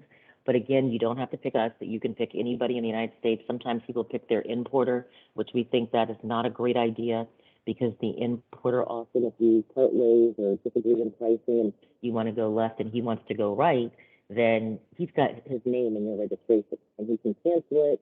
He could be non-responsive and do nothing with it. So with your registration, you want to pick a neutral, knowledgeable party that's going to be responsible and respond. Yes? Curly, sorry, there's a slight disturbance on your line every now and then. I don't know if your mic is maybe just moving. Maybe if you're using a headset, if you could just adjust it. Is it Sorry. doing it now? No, that's fine. Thanks. Are you hearing it? Oh, sorry, I'm wearing an AirPod, so I it might just be just the international connection, but I'm not moving. So yeah, but just let me know if it gets bothersome again. Okay, So, that's good now. Thanks. Okay. And so with the registration, there's some exemptions. And you have to remember, a lot of people say, do I need to register with FDA? When do I need to register with FDA? Well, the obvious people that register with the FDA are the people that manufacture, process, package, or store food for animal or human consumption. So if you're doing any of those things, manufacturing, processing, or packaging at that facility, then that facility needs to register. Now, you have the people that own a company, but they're just a brand name, and they're not the manufacturer, they're not the processor, they're not the packager, so you do not register. And I know it's hard to understand that when you own something and it's your company, but if you're not registering at your office, you don't register your office. So if you're not manufacturing, processing, or packaging, you don't register your office. You're just a brand name. So it's a very easy litmus test. Who registers? You ask yourself, do I manufacture? Do I process? Do I package? Do I store? If I do any of those things, you must register your facility. If you don't do any of those things, you don't register the facility. And then you've got your exemptions like farms. Farms do not need to register with FDA, but as growers. But if they do any type of processing or packaging on the farm, then that's considered a facility, and now they have to register with FDA. Okay? Trading companies, personal residents, none of these people need to register with FDA. And the reason is, keep in mind, FDA, when you register, that registration should follow the food.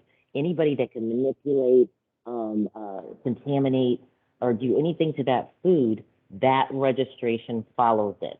And so therefore, you should not be registering if it's not following the food, and if you're not affecting the food or changing the food, it doesn't need to follow you. And Curly, like I said, yeah. we lost a crucial moment there, so I just want to quickly recap. So if you are one of those entities, transport or a farm, and you're not otherwise active in the value chain, so you're not packing or processing, you do not have to be FDA registered. But if you are in a packaging facility and in other entities other than those in the food value chain, you do need to be registered with FDA. Just wanted to recap. Thanks, Coley, back to you. Okay, that is very true. Yes, absolutely. So, and then again, you need to register every other year, and failure to do that will cause, you know, a cancellation of the registration. I just want to point out prior notice. It's an important thing that needs to be done. And, you know, wait, hold on, Francis. I'm going to switch to try my microphone to switch it to my phone here. Hold on 1 second just to see if that would be a little better. Thank you very much. I'm going to mute.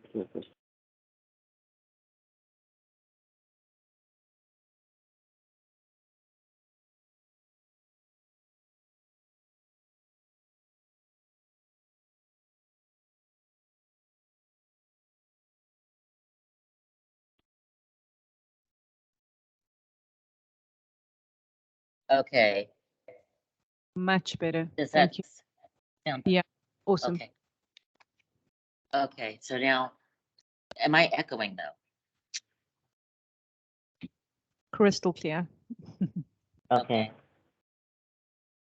There is an echo. But that's the problem. I am sorry. 1 second.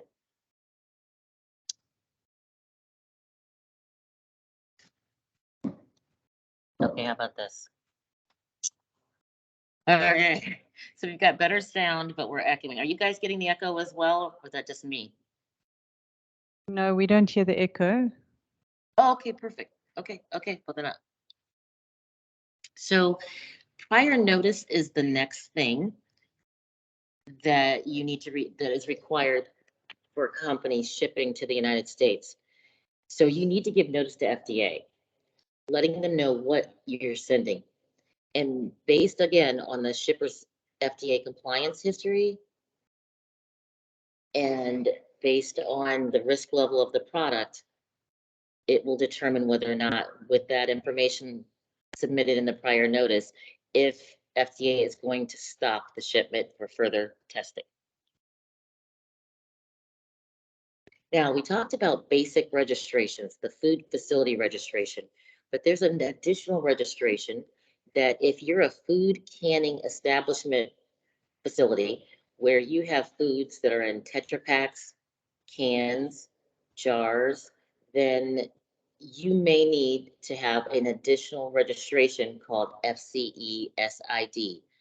The FCE standing for Food Canning Establishment, SID standing for Submission Identifier. And as you can see here on the screen, with the pH balances greater of 4.6, you're a low acid canned food with the water activity greater than 0.85. And then here, the same thing with acidified foods. So it doesn't mean just because you produce a product, sorry. Well, if the product's in a jar, can, or a Tetra Pak, that's a big red flag. But you need to further investigate the pH balance and the water activity to confirm whether or not you have a food canning establishment requirement. So if you do, you would have a normal food facility registration, and then you would also have the food canning establishment registration. And at Registrar Corp, we have 2 links that kind of help people figure out if they are food canning establishment required. And so that's called our FCE Wizard. It's free. You can go on there and answer a series of questions, and it will let you know if you're required to follow the FCE regulation. And with the food canning establishment registration, you're not only going to register your facility, but you're going to submit your cooking processes, the way you're sealing things and closing your container, the volume of the product in the jar or the Tetra Pak or the can. And FDA will review those and then give you a submission identifier. It's a number. I can't tell you how many times people ship to the United States and they have their registration, but they don't have their FCE, and they are not aware of it. The shipment will be stopped. You know, FDA is going to see that in one of these containers and say, this looks like it needs a FCE. Give me your water activity, give me your pH balance, and they'll determine that, and your product will not be able to continue forward without that registration. And is my sound okay? Perfect, thank you. Okay. All right, so now labeling. Labeling is the #1 reason why people have shipments detained in the United States. And so here you'll see, this was the old registration, and this is the new registration. The difference, the big difference is what you'll see here is that the calorie count is bigger. FDA is honed in on serving sizes. They recognize with the increased problem of diabetes and heart disease that sugar plays a big role in our health. So they went from just having total sugars in a product, but include the added sugars. Also, there is now a requirement for vitamin D, potassium, calcium, and iron must be listed. This was not the case before. Vitamin C, for instance, is now voluntary for listing. So overall, the label has been changed to reflect some of the health concerns we have in the United States. So I always tell people, don't be upset about this. I know it's inconvenient a little bit to change the label, but it's reflective of information that FDA wants highlighted, showcased, bolded, so that the consumer can make right choices for their health. Again, understanding FDA's mindset is important. Okay. So all of the compliance dates for labeling have passed for small and large companies making over $1 million, $10 million or under. So please note, again, this is the one of the #1 reasons why shipments are detained. It's for something simple as labeling. And I always tell people, Registrar Corp will do a cursory review of your label. If you're going to ship to a trade show, let us check it out first. Especially the relationship we have with Sati Hub. We would be happy to preview a label before you ship to the United States and let you know if there are any red flags for concerns that need to be fixed. And then after that, you can decide whether or not to hire us to fix your label or go elsewhere. But please, please make sure you tell your companies, don't ship without checking the label. It's not worth it. And here you see, and I won't go through all of them, but you'll see if your product is organic, United States has some requirements of the way you can state it's organic.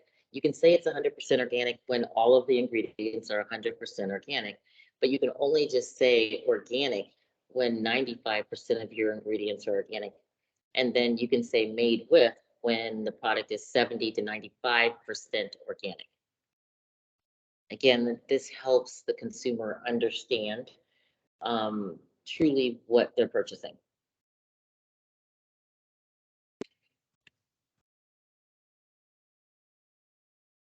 So, you know, again, I reiterate, really understanding that FDA is trying to be less reactive and more proactive. And we talk about the FSMA regulations that entail, and by the way, that's the Food Safety Modernization Act, FSMA.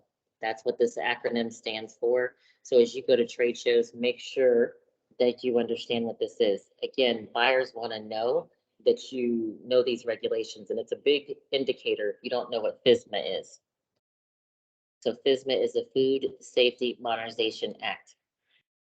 And inside that act, I always say it's like a FSMA bag. And in that FSMA bag, you have all of these other regulations that you see here. The Preventive Controls Regulation, the Foreign Supplier Verification Program, Sanitary Transportation, Voluntary Qualified Importer Program, and Intentional Adulteration. So there's the FSMA bag, and it always drives me crazy when people tell me that they're FSMA compliant. And I say, well, what does that mean? Because FSMA is made up of all these different regulations. Are you compliant with all these regulations? Because in most cases, these regulations don't apply to every company. There's certain regulations that the company has to do and comply with, and there's some that they don't. So you're better to say you're FSMA aware and your preventive controls compliant. Again, just teaching you the language of compliance so that when you're talking to the Walmarts and the Costco's and the Trader Joe's, that these retailers hear in your language that you know what you're talking about, which indicates that you are quite possibly compliant. So one of the regulations in the FSMA bag is the preventive controls regulation. And to make that, I guess, put that in perspective, it's the new United States Food Safety Plan. So I think all of you have heard of HACCP. Okay, most European companies and a lot of companies in Asia and parts of Africa have HACCP. Okay, that's Hazard Analysis Critical Control Point. And it's required for companies in other countries. But in the United States, HACCP is only required for food and juice. So all the other companies like the muffin maker, the cookie guy, the cereal manufacturer, they didn't have a food safety plan requirement in the United States. So until FDA came up with the preventive controls regulation, they said, hey, you know, we want the cookie manufacturer, the cereal manufacturer to have a food safety plan too. Because right now, currently, again, before this regulation, there was only HACCP for food, I'm sorry, for juice and seafood. So now we have HARP-C. So HARP-C is Hazard Analysis Risk-Based Preventive Control, HARP-C. And that is the food safety plan. So I hear companies always tell me, okay, well, you know, we have our labeling together, we have our registration, and we have a HACCP plan. And I say, well, that HACCP plan is nice, but it's not what's required for the United States for you. You need HARP-C. Okay, unless you are juice or seafood. And so the preventive controls regulation is FDA's way of being proactive. Instead of waiting for the cookie manufacturer or the cereal manufacturer to have some type of adulteration or some problem that causes us to be sick in the United States, FDA is saying, let's set forward a list of requirements in this plan, food safety plan, that they have to follow to probably and hopefully mitigate the possibilities of that food being malproduced. So if you have a food additive, dietary ingredients, you have to have this this food safety plan. If you manufacture, process, or package, pretty much almost everybody registered with FDA that's not food, I'm sorry, that's not seafood or juice requires this registration or this program. And I'm sorry, I have this echo in my ears, so I'm hearing myself say everything twice. So it's a little distracting. Okay, so with the preventive controls, again, you need to have this, and it's called the HARP-C Food Safety Plan. And again, you will hear people say they have the HACCP plan, and that's great. That gets you 80% of the way of the HARP-C plan. Now, the question is, hey, what if I'm just a warehouse and I'm just storing food? I'm registered with FDA. Do I need to have this food safety plan? The food safety plan is only required if there's any manipulation of the food, manufacturing, processing, and packaging. But if you're just storing food in a warehouse, then you don't have to have this HARP-C food safety plan.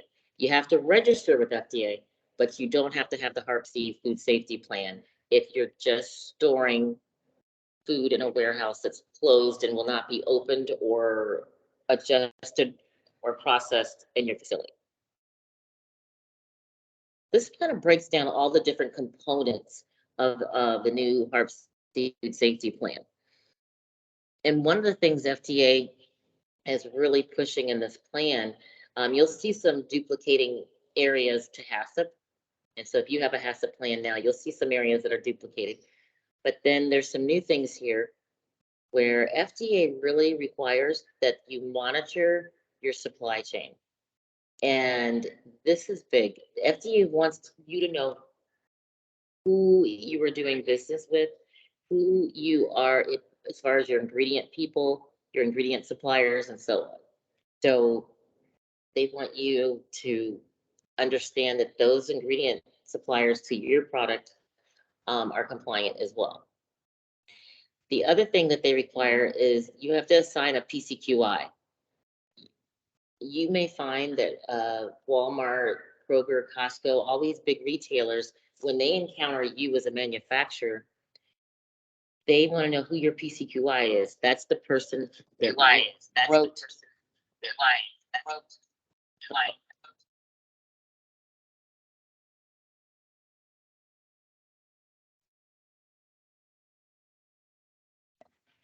Hello? Okay. So now this shows you again the facilities that are exempt from registering. I'm sorry, exempt from the food safety plan. Again, as we mentioned, juice and seafood are exempt. Dietary supplements are exempt because they operate under current good manufacturing practices, alcoholic beverages, and USDA. Are you guys still hearing me? Yes, we are. Thank you. Can you hear me? Yes. Can you hear us? Hello. Hi, Curly. We can hear you fine. Oh, okay. You can't. Okay. I'm going to speed up because I think, Francis, I was supposed to be finished at 11, correct? Curly, yeah, sorry, we are. I think we were very ambitious because this is such crucial info. But if you can do that, that would be great. Thank you. Okay. So I will quickly move through and just let you know the foreign suppliers. So we talked about the food safety plan. We talked about registering. We talked about labeling. And so now we're talking about the foreign supplier verification program. This is really important because it's not an obligation for the foreign supplier, but it's an obligation for the U.S. importer. And I only share it with you because you need to understand the expectation, the new expectation of the U.S. importer, which the U.S. importer is having to verify their foreign suppliers. FDA said, hey, you chose to do business with this company and it's because of you in the country, therefore, diligent to do.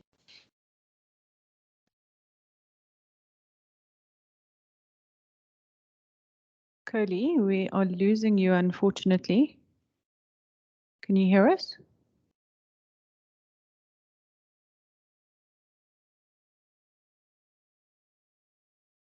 Curly? Okay, I just want to see how many more slides she has to go.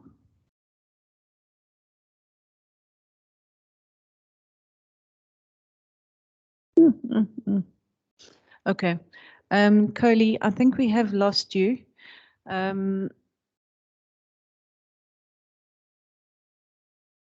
Oh, maybe it's us. Is there anybody online who can just give us a thumbs up if you can hear us?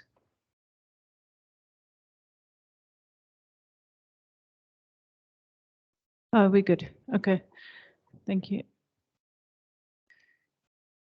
Oh, okay, she's leaving. Just so you guys know, our next speaker is going to cover some of these aspects, but from a slightly different perspective. So I recognize it's a lot of information. It's quite fast. We will also share the presentation. So you'll hear it will be recapped to some extent. Curly, you back? Yes, I am so sorry. And I know we're again short on time. I just wanted to round this off and just finish real quickly. I apologize that it's just two more slides. Really. So we're finding a lot of the U.S. importers are asking for food safety documents from their suppliers, and the suppliers aren't providing it, or they're feeling very territorial about it or protective. And I want you to know it's because FDA is requiring you're a U.S. importer, to have all of this information about you. They need to know you've taken corrective actions if there's a problem. They need to know who your qualified individual is. They need to know hazard analysis and so on. So and you need to be prepared for your U.S. importer to ask for your food safety plan, the HARP-C food safety plan we were just talking about. Be prepared for it. If you're a produce grower, then you be prepared for your U.S. importer to ask for your produce safety information, and so on. And another quick thing is FDA is doing food facility inspections. They now can do it on site, and obviously during COVID realized, we can do a lot of remote inspections as well. And also they can inspect your facility by walking in the U.S. importer's office and asking for all the documents that U.S. importer is required to collect from you. And so they could actually do almost a full inspection on your facility, again, by the documents that are provided by the U.S. importer. Not going to go through all this inspection information and what to expect on an inspection. You can kind of go through this and see it. But the biggest thing is, please be compliant. Please be ready. Rules make sense. And there was a request also. There was a request for her also to identify. So yes, that's all I'm gonna end here, and I apologize for the expeditiousness of the presentation.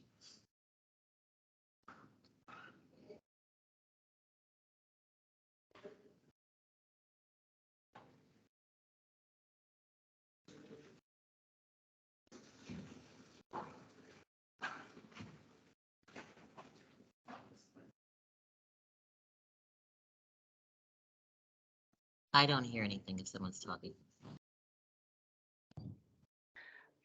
Okay, can you hear me now?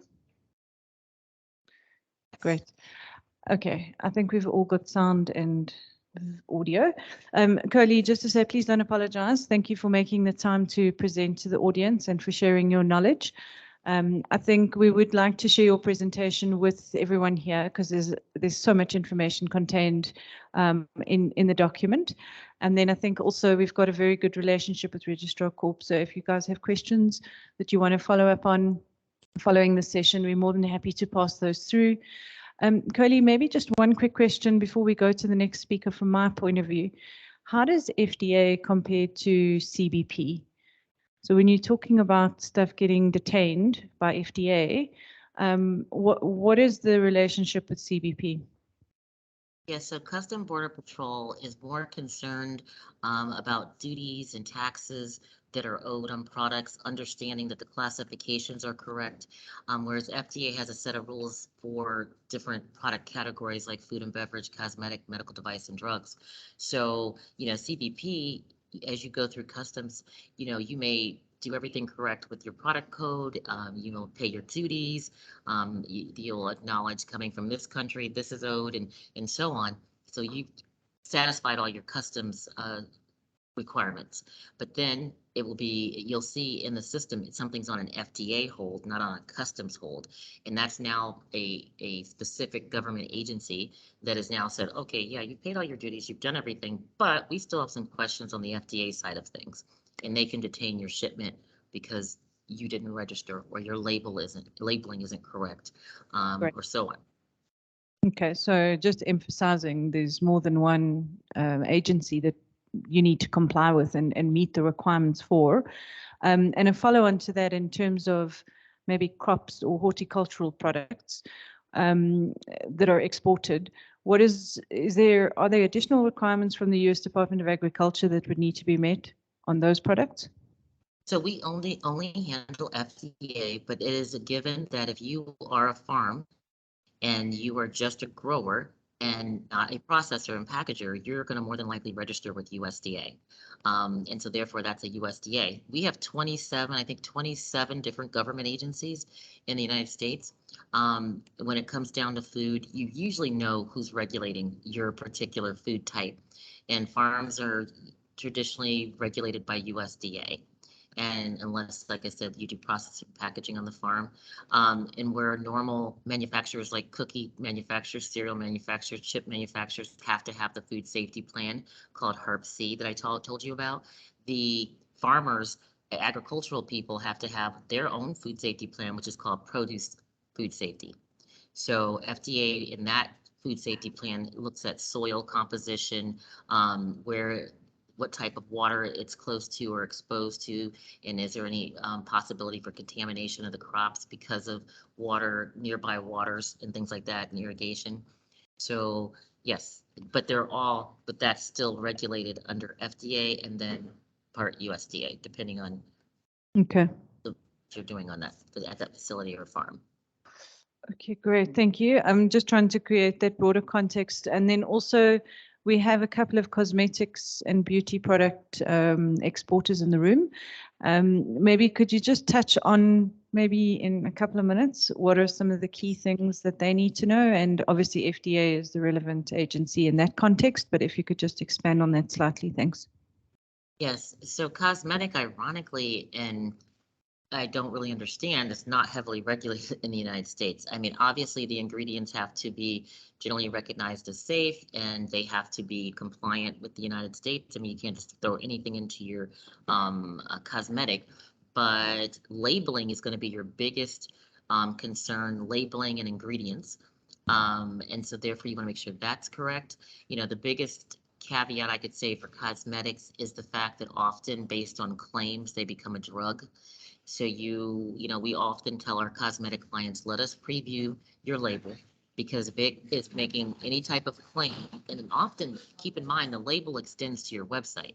So maybe on the label it's saying something, one thing, but if FDA, your product comes into port and they see your label and say, okay, the label's fine. But labeling also includes any type of promotion you do, like on a website or any materials that you hand out. And if those materials or websites make a claim that makes it a drug, it's healing something, fixing something, then it's a drug. And now FDA will detain that shipment and call it you need a new drug application. So we always tell the cosmetic people, your big thing is make sure your labels are checked before you ship as well. And that's even if you're going to a trade show, check those labels. You do not want to get slapped on the wrist for claiming to be a drug and therefore you are non-compliant because your label is not compliant and your product's not compliant. Okay. But that's the biggest thing.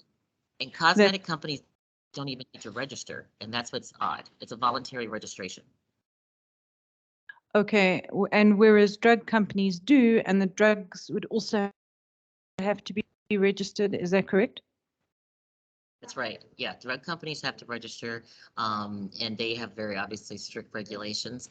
And so therefore, if you're a cosmetic, you do not want to fall on the drug side of things because that's a whole nother big bag of worms. That not only that, but you have to pay drug user fees to the FDA that are usually every year readjusted based on all the different types of drug companies in the market.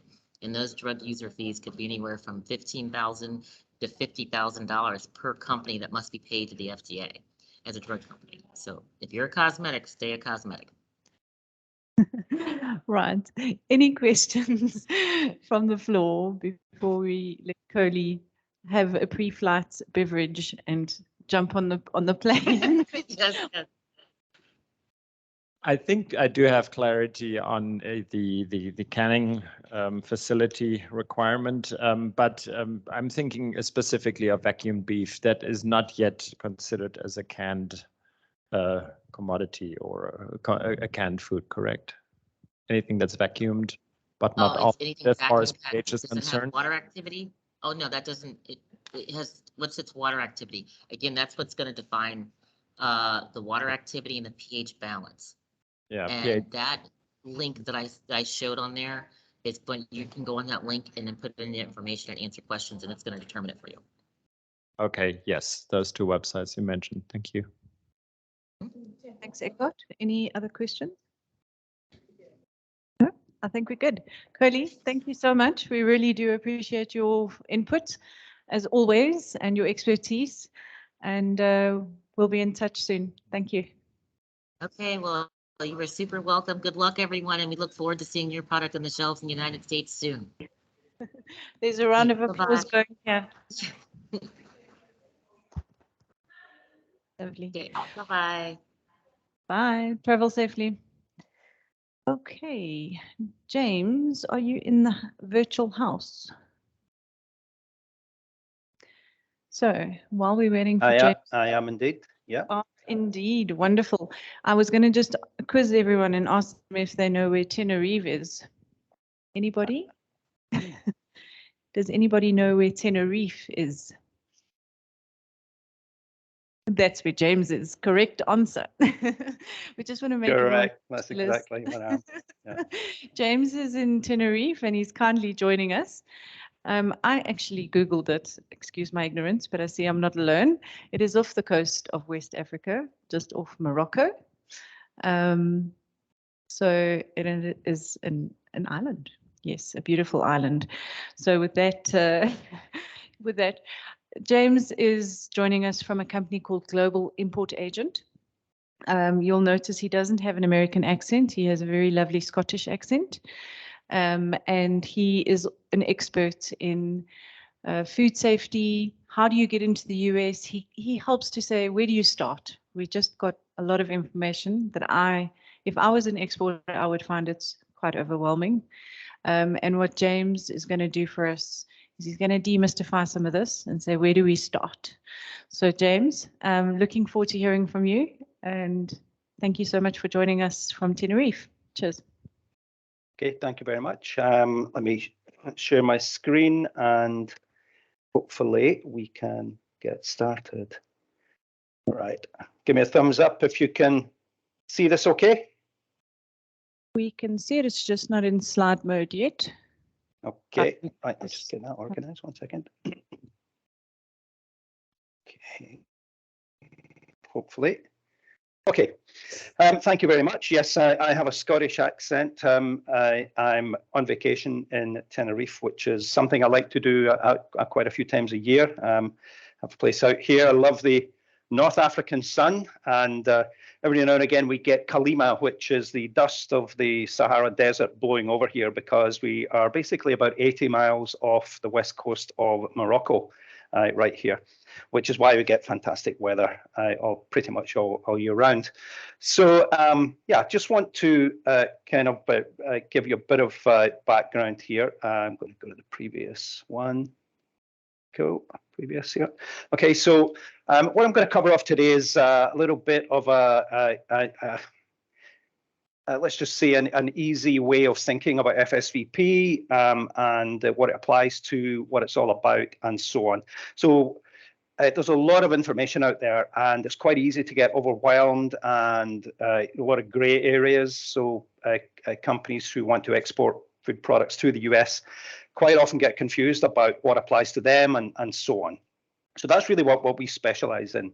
I myself have been involved in the food safety aspects of industry for about 27 years. I've been in food factories all over the place, particularly UK and Europe and so on, but really have a very deep understanding of how food safety operations work, how food manufacturing works, and now, of course, through Global Import Agents, since the advent of the Foreign Supplier Verification Program, how the compliance aspects of FDA works as well. So we're just going to kind of get into some of the different rules which are available under the FDA regulations. So the main one we're going to look at is the FSVP, Foreign Supplier Verification Program, but that rule itself is a derivation of the preventive controls for human and animal food for US-based food facilities. And the purpose of FSVP is to make sure that suppliers outside food manufacturers, so that's food, animal food, pet food, and dietary supplement manufacturers outside of the US, that they are following the same food safety standards that US-based companies are expected to adhere to. But it doesn't just stop there, and there are other rules which will become more prominent as time goes on. And those are intentional adulteration. So in the US, they call that a food defense plan. So this is something that's not really got a lot of focus at the moment, but it will do going forward as FSVP becomes more entrenched. And effectively, what it means is that the foreign manufacturer also needs to have intentional adulteration processes in place as well.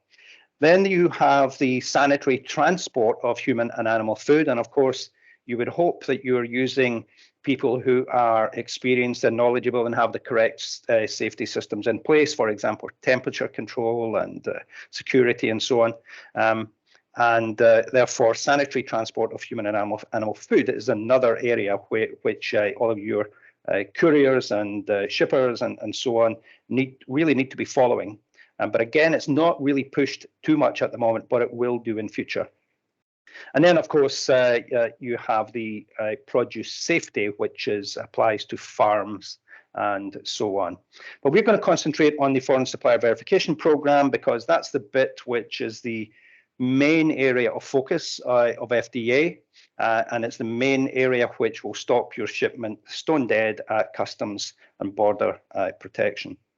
So the key thing here is that all of this is part of the Food Safety Modernization Act, which was actually signed into law by President Obama in 2011, and it's going to take 25 to 30 years to roll all of it out. So it's huge. It's a huge development for US food safety laws. Okay, so first thing to think about is who's involved in the whole FSVP side of things. And often the first question is, do I need to register? Therefore, we have to ask who must register with the FDA. And we also need to think about who the owner or consignee of the product is, because these things are important about who needs to actually do the work under FSVP. And all of this leads to who will be inspected and therefore who's affected most by FDA. So looking at this list of people down the left, or entities down the left here, you can see there's quite a lot of permutations. You can have a situation where someone is a brand owner, they're having the product co-manufactured, and then they're shipping that direct to a US importer. You could have a situation where you are a direct manufacturer and you are selling online on Amazon. Both of these have got different kind of setups, which I'm going to run through in a moment. So it's important to have clarity on these things. So to take it to a kind of a high level, this is how the regulatory structure really works with FDA. So the key people that FDA regulate is the US-based importer. So it's the US-based importer who is held to account for any failings under the Foreign Supplier Verification Program. However, where the foreign facility does not have a US-based importer, for example, they're sending the product to fulfillment by Amazon, then in that case, it's the FDA requires by law that there is what's called an FSVP agent based in the United States who takes on the role of the US importer only for the purposes of the FSVP regulation. And that's a big thing that we do as a business, is we help companies by becoming their agent, but we also help US-based importers by being their qualified individual where they don't know how to manage these regulations and these rules and so on. So key thing is that the main entities involved are US importer and the US-based agent on behalf of making sure the foreign facility and their foreign supply chain is compliant with the whole FSVP side of things. James, can I just intercept there? Is there a difference between an FDA agent and an FSVP agent? Yes. Yeah. So an FSVP agent it's actually the terminology the FDA use is the FSVP importer. That's the real terminology they use. And what they say is that by default, where there is a US importer, so in other words, the US importer is buying products or has agreed to buy products which fall under FSVP, then they are the FSVP importer. Where there is not a US-based importer, and also there is no US-based consignee, because Amazon do not become the consignee, then in that case you need to have an FSVP importer. Now, you can be an agent just for registration, for example, but not for FSVP. You can be an agent that does both. We do both of those things, and we act as agents for a different range of things. But it's a very good question, and people do get confused with that one.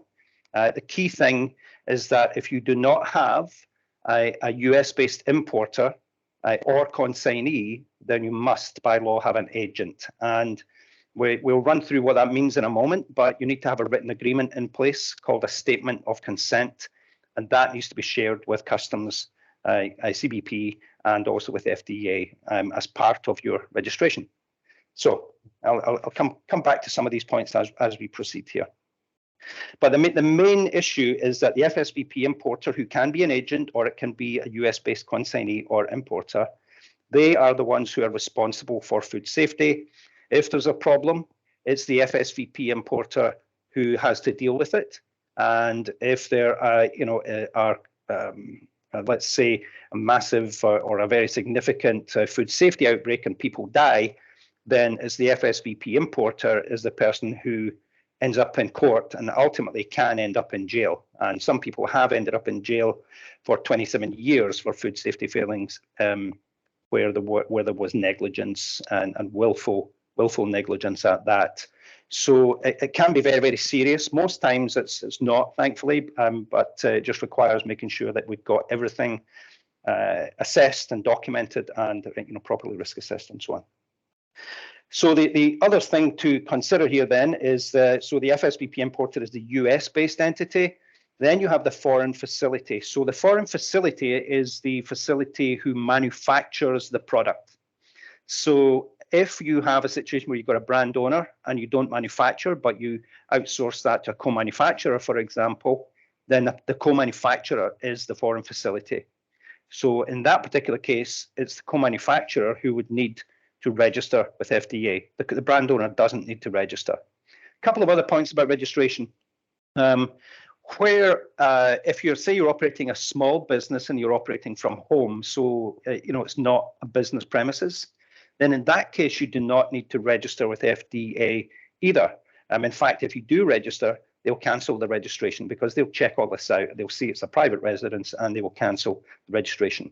So in that case, if you were shipping product from a small domestic kind of premises, you would simply include paperwork with customs to say that, and that's why you're not registered. That would save you a lot of trouble. One other key point is that although many companies, including ourselves and Registrar Corp, will carry out FDA registration and provide you with a certificate, there is no such thing as FDA certification for food factories.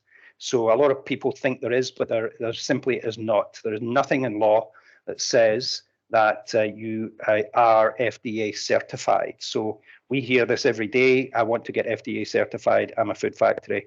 No, it's simply a misconception. So you would have your registration number is the main thing that you need, and also as a foreign facility, you also will need a DUNS number, and both of these you can get. Well, the DUNS number you can get for free. Registration you can do yourself, or you can ask people like ourselves or Registrar Corp to do that registration for you to make sure it's correct. So it's just really important at the beginning to understand these things. FSVP importer can be US importer or it can be an agent, and the foreign facility is the organization that must comply with the food safety laws. But as you'll see in a moment, the FSVP importer has got quite a few obligations as well. So what is FSVP? So FSVP, as you know, is Foreign Supplier Verification Program. As its name suggests, it's all about making sure the foreign manufacturer of a food or dietary supplement product has got in place the necessary good manufacturing practice, so their training, hygiene, allergen control, and traceability and so on in place, pest control and whatnot. It also needs to make sure that they have a food safety plan in place.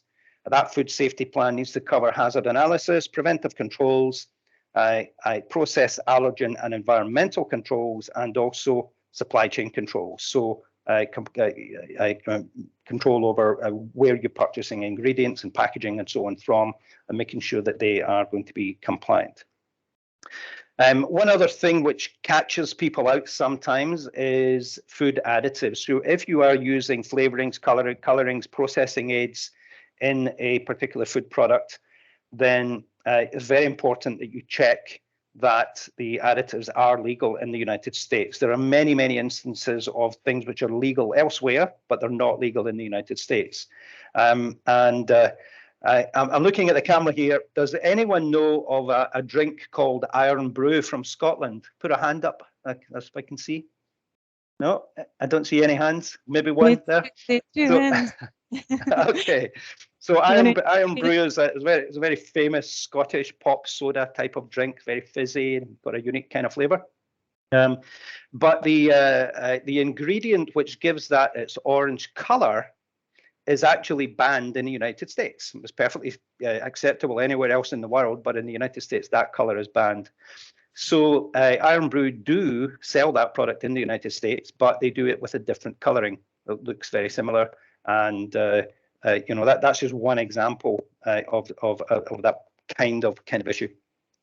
So additives are important, and having a proper recall plan, traceability and recall plan is really important as well. These are all of the things that we assess every day when we carry out these assessments as an FSVP importer or on behalf of US-based importers.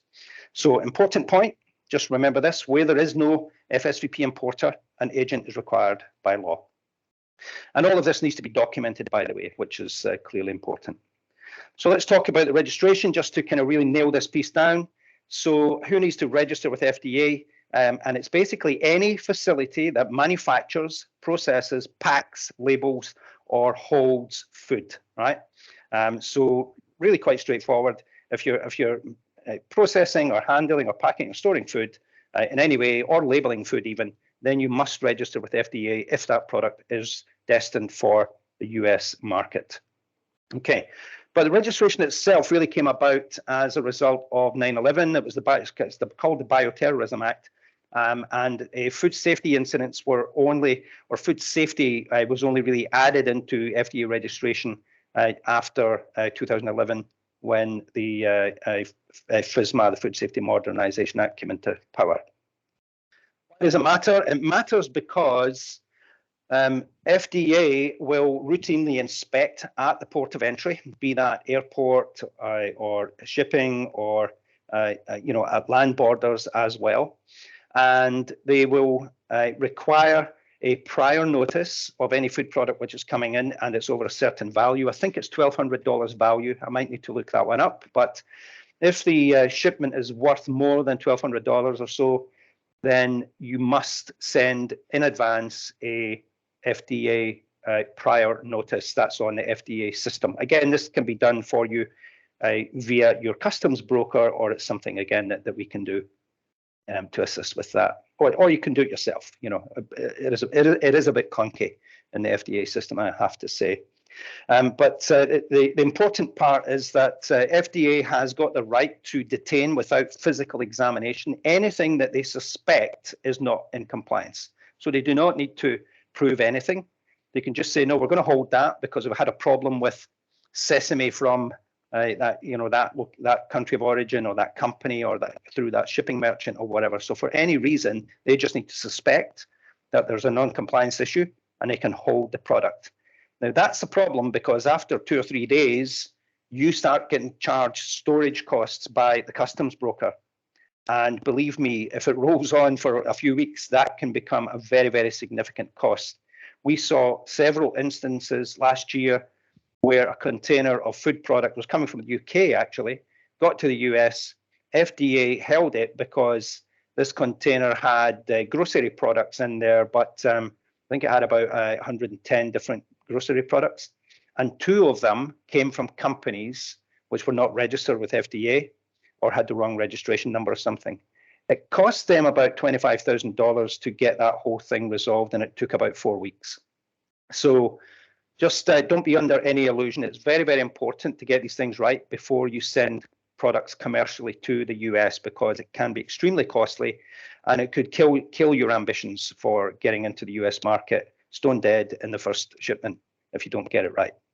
So really important, but it's not difficult. It really is not difficult. So these are some of the most important reasons. An importer with no FSVP in place, so that's the importer, remember. A foreign supplier with no consignee and no agent. Labels which are non-compliant with the FDA labeling regulations, nutritional labeling, non-compliance, allergen labeling, non-compliance. Remember, of course, that the list of allergens in the United States is different from the list of allergens, say, in Africa or UK or Europe or whatever. They've got their own list of allergens. So very important there. Things like unsubstantiated claims on the label of the product, not just the label, but the website of the product. You can't just have a clean FDA label and then be making all kinds of medicinal or health claims on the website and think that that's okay, because they will click and they will check. And they do hold products because of unsubstantiated claims on the website. And also supplier monitoring, making sure that the importer is actually doing supplier monitoring and making sure that the manufacturer knows who their supply chain is as well. And what we've seen over the last few years, the FSVP regulation came into being in 2017, May 31st, 2017.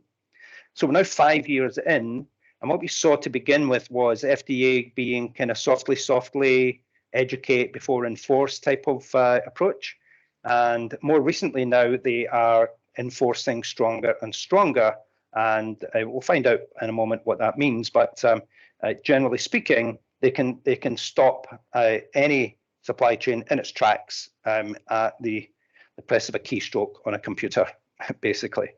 So they do have a lot of power, and it is important to be aware of how you can manage this.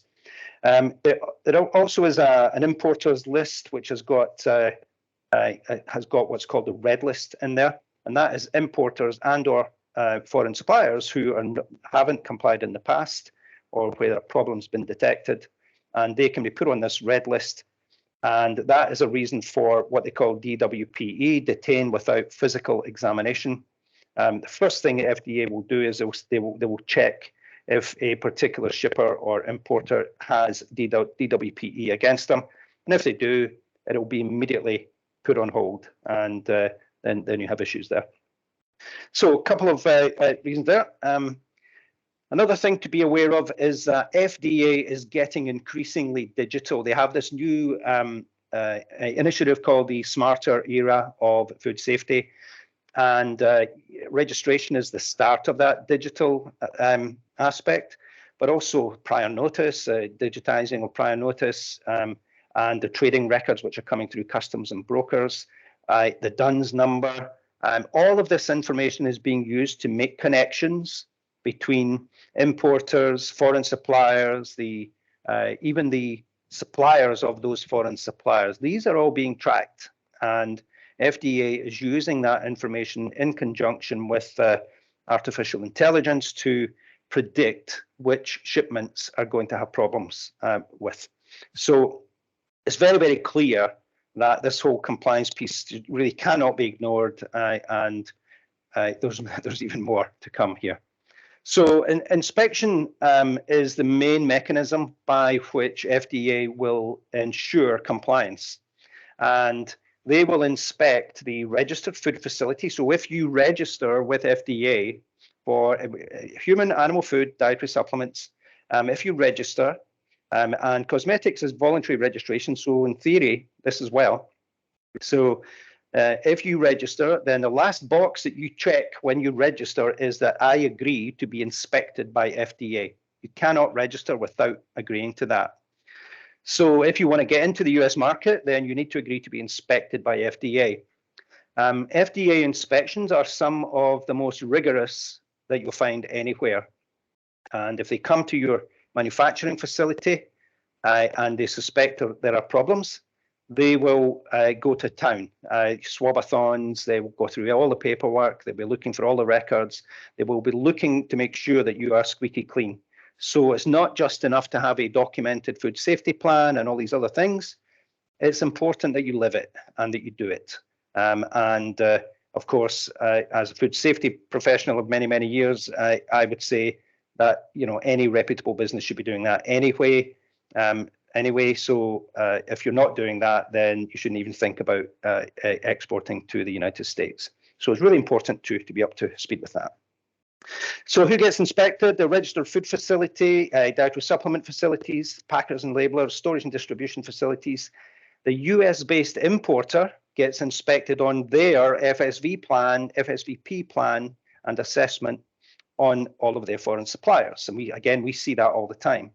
And of course, the US FSVP agent, who effectively takes on the role of that US-based importer, also gets inspected. So we get inspected as well to make sure we've done our job properly. So important to note that FDA work very, very closely with Customs and Border Control. And in fact, FDA has a big red button somewhere that means that they can say, no, this is going on hold. I do not want it released. So there are digital systems in play which make all of that happen. One point about inspections, because one big question is, how often did it happen? How much did it cost? And that kind of thing. So you do not get charged for an FDA inspection. They can happen every 2 to 4 years in terms of frequency. But what FDA tends to do is they will send someone to a particular place, and then they'll look up all the highest risk kind of facilities, and according to them, and those are the ones that they'll inspect. So they may never ever come and inspect your facility, but you should expect that that will happen at some point, and of course act accordingly. So what do they do? Like I said, they're very thorough. They're going to look at all the same things that we look at for an FSVP assessment. Now, I know that a lot of people talk about HARP-C, the sort of HACCP and preventive controls plan. Yes, FDA do look for that. However, HARP-C is law only in the United States. It's not law everywhere else. What is law everywhere else is HACCP, Hazard Analysis Critical Control Points. Now, HACCP has got a couple of significant differences to preventive controls for food safety. However, FDA has acknowledged in writing in their guidance that if you do not have a preventive controls food safety plan, then a HACCP plan will suffice, provided the proper verification activities take place. Okay, so it's just one point to kind of clear up, because a lot of people do say you must have HARP-C, and that's not true. You can have HACCP provided it's being verified thoroughly. Okay. Okay, so these can be very thorough. I think I've mentioned all that. Let's talk about importer inspections. So the facility inspections are on site, looking at everything under the drain covers, into the documentation, checking all the records, all that stuff. The FSVP importer or FSVP agent inspections are much more about the documentation. Did you do the correct assessment?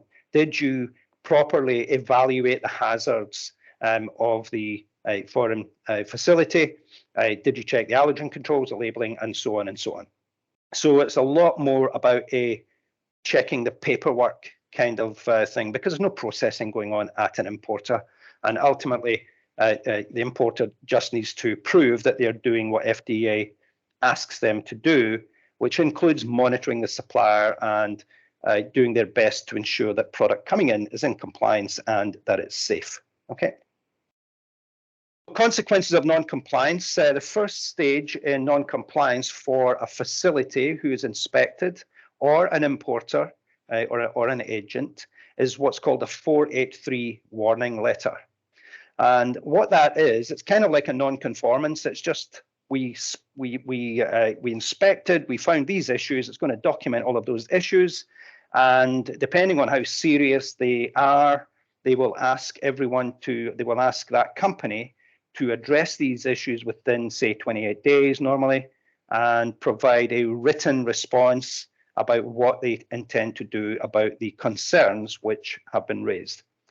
So that's kind of the first. And we've seen companies getting 483 warning letters and then provide a written explanation to FDA, and then they don't hear anything about it again until the next inspection, because very first thing they'll do at the next inspection is they'll pull out the 483 warning letter, and they'll review all the points on there and say, right, show me what you did about that, prove it, right? So this is the kind of first stage in the process.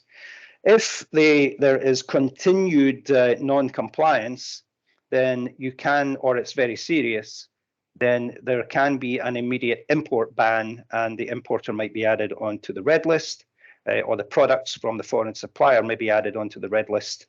And that means it will be detected the next time it's shipped to the US, and it will be detained. Prosecution of the importer can follow this if there is repeated infringements of the law. So it's very important as a foreign supplier to do the right thing, make sure everything's is in place for your importer. Some critical compliance points that we like to talk about here. Firstly, develop a robust food safety plan that is in use and being verified, etc. Make sure labels are FDA compliant. Make sure your allergen controls, not just on your allergens, but US allergens, are well controlled, dedicated areas, minimize allergens on site, proper cleaning between batches that may cause contamination, and so on. Make sure the correct party is registered at FDA, and plan well in advance before you're going to send anything to the United States. So you've got time to just double check all of these things before you get there. Consider using an agent or a qualified individual to help you with these things, and be prepared to be inspected by the US FDA. Now I'm going to stop for questions in a second, but there are this presentation which I've sent over to the team there. These are links to all the different guidance that you might want to check out. And I also have a compliance guide, which I'm more than happy to share. I'll send this over afterwards. This is an FDA compliance guide, which provides you with a lot more detail on what you need to do, who needs to do what, and it covers off all of the key kind of rules and so on, but it also gives you some nice flow charts here about what you need to be doing. So we'll cover off low acid canned foods. I heard someone mention that earlier. We've got a process guide in here on low acid canned foods as well. So I'll stop talking now, open up to any questions that you guys might have, and I'll share this compliance guide with you all afterwards. Thank you, James. Sure, it's just wonderful. I don't think you introduced Carlos, so just to mention that. Right. The character is Carlos, and he is a former FDA agent, and he works at Global Import Agent. So he really knows what to look out for. So if you need expert help, you know where to go. So we do have a couple of questions. So I'm going to start with Eckhart. Yeah, thank you, James. My question would be, I mean, for somebody who's considering exporting or helping people export food to the US, this seems like a considerable barrier to entry. Of what volumes are we talking about to make it worthwhile the effort? What does your services or that of global importers, what does that cost? How much do you charge for your work and your assistance and making sure that everything goes right? Okay, thank you very much for that. So we take a bit of a different approach than some of our competitors in that I also have a company called Primority, and Primority creates cloud-based food safety compliance software, and we use that software to run the Global Import Agent business. And what this allows us to do is to digitize the whole thing so that we can send out requests for information in the form of questionnaire, documents get uploaded, and so on. And then once we have all the necessary information, we validate we've got that information first. And then we have a network of consultants who is run by Carlos, the ex-FDA guy, and those people are industry people who are specialists in that particular category. So what we do with that is it's all online work, and therefore it's all fixed cost, and it tends to be that, for example, an FSVP assessment may cost, depending on the risk and complexity of the product, anything from around $1,000 to about $1,400. But we can do these based on categories as well. So rather than charging you that for each individual product, if the products are similar in nature, have the same food safety risks, we can lump them all together.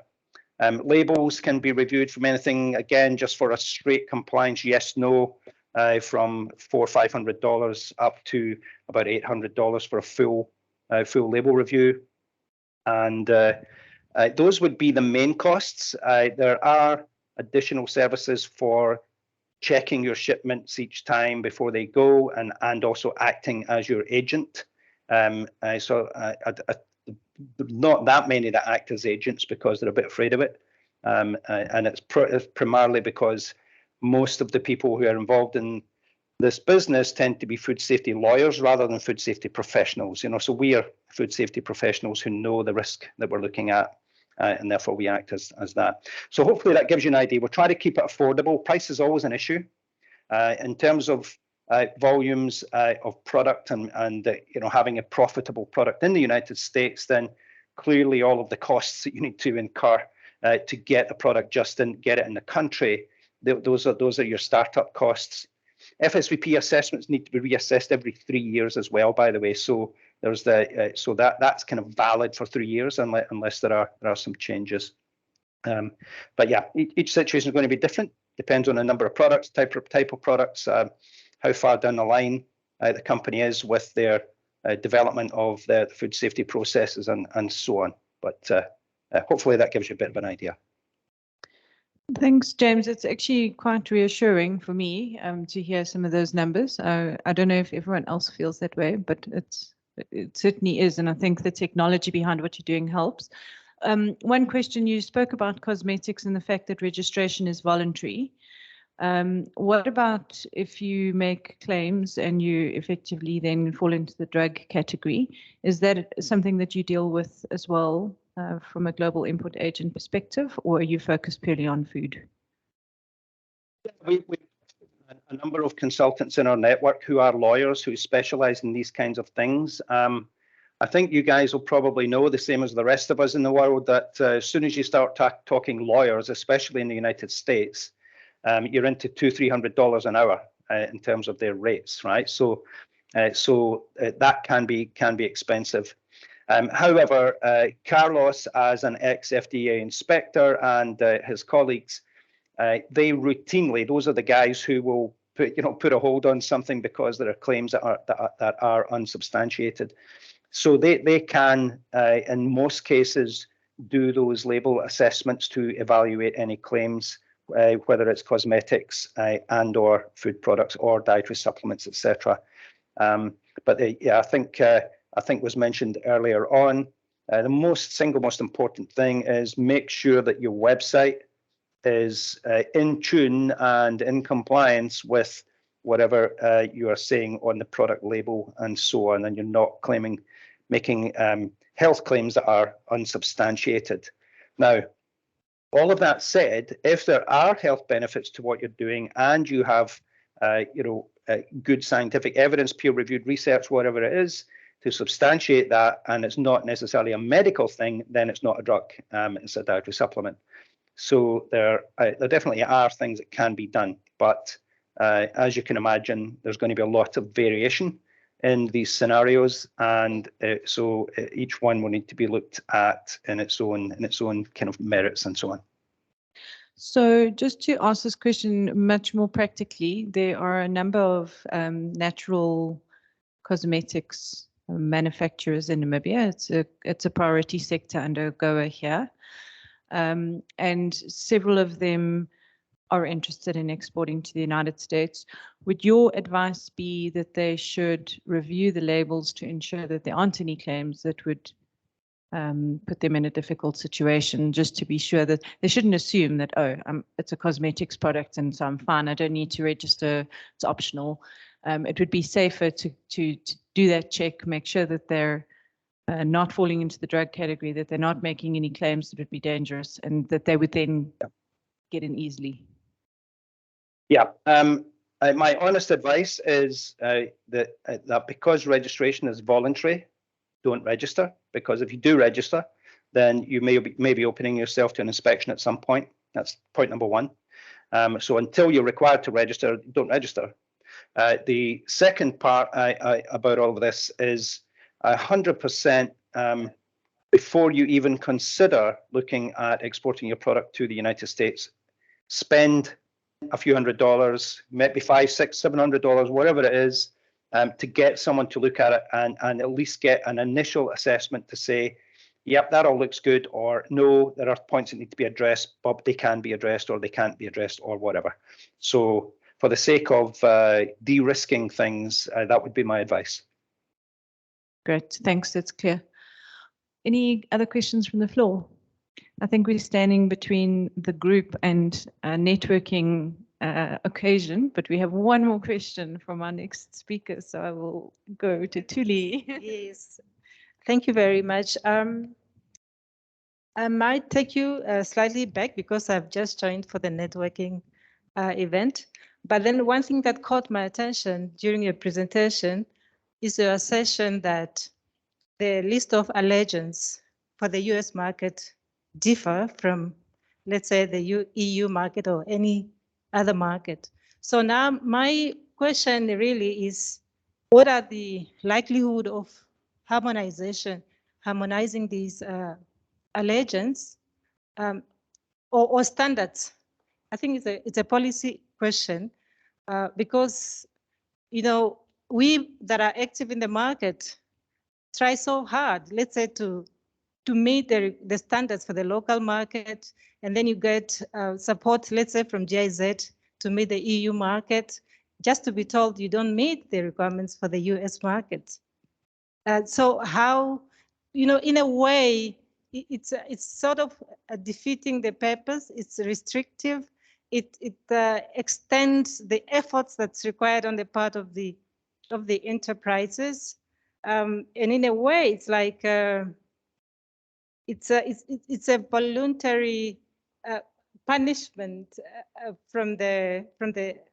It's like a protective measure for the markets and not necessarily in support of the enterprises. I don't know if it's a question or a statement. Yeah, I got some thoughts on that for you. So there is no question whatsoever that the measures from the US in terms of complying with their preventive controls for human and animal foods through the FSVP program, there's no question that it can come across as a protective measure. In other words, making it harder for people to export to the United States. So this is definitely one element. However, from the US point of view, prior to the Food Safety Modernization Act, I can tell you that, and I'm not telling tales out of school here, it's pretty well known that the food safety regulation in the United States was ancient. The last time it was reviewed is in the 1940s or something like that. You know, so the world has changed. There's a global food supply chain around now. In terms of harmonization, coming back to this question, for these reasons, I think it's going to be difficult for harmonization on global food safety. I mean, the World Health Organization has got a Codex Alimentarius Commission, which tries to drive this through the World Trade Organization, and it pushes HACCP.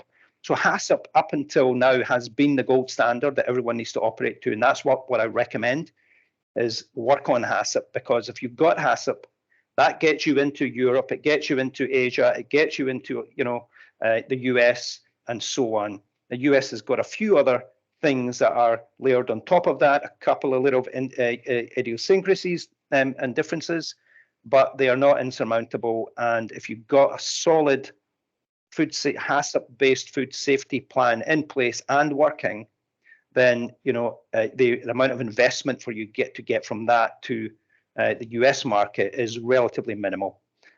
So unfortunately, in the real world, even food safety and trade and everything else is competitive, and therefore we see these things happening all the time. In the UK, it's Brexit, right? All the stuff that's going on between Europe and Britain, for example. There's huge problems around supply chains and compliance around that area right now. But the US side of things is a big opportunity for everyone because it's the single biggest food market in the world, and for other things too, drugs and cosmetics. So if you can get a product established there, then there are fantastic revenue opportunities, and compliance is a small price to pay. James, thank you.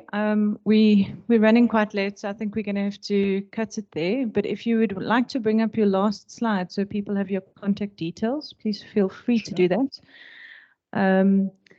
Also, we will share this presentation with anyone who's interested. Just reach out to Tanya or to Jeanette Wiyalu. We can definitely share all the presentations. Also, the session has been recorded and it will be published on the USA Trade Hub website, which is at the bottom of that banner, satihub.com.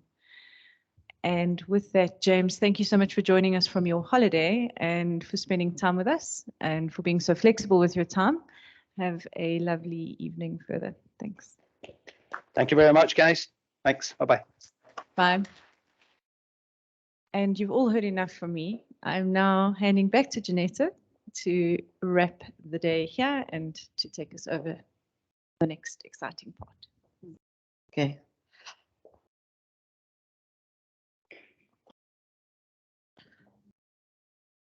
Thank you very much. It was some real presentations with a lot of information to process.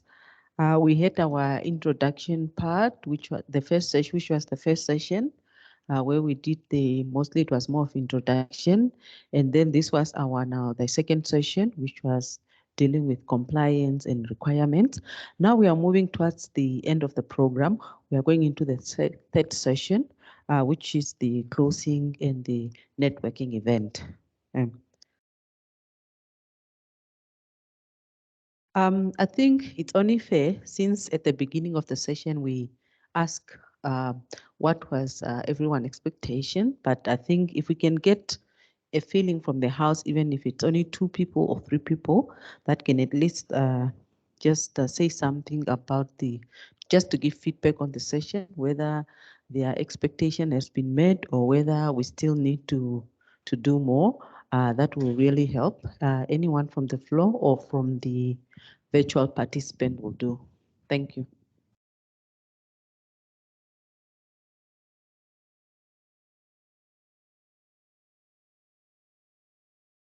I mean, in terms of what you have learned from all these presentations that has been done today. Yes, good evening or maybe good afternoon, I'm not sure, but maybe good evening would be the best. From me, what I've actually, somehow I feel the session for today has met my expectation in terms of market requirements, especially looking at food processors wanting to export to the US market in terms of the HACCP and the HACCP, the HARPC. Which is an additional requirement by the US government.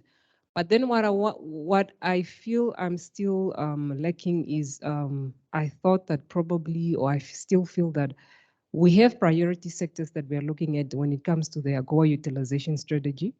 And it's not only focusing on food. There are other products that we are considering, such as the home decor that I've alluded to. As well as I think leather, we have the issue with our grapes, whereby it still cannot enter the US market due to some SPS issues.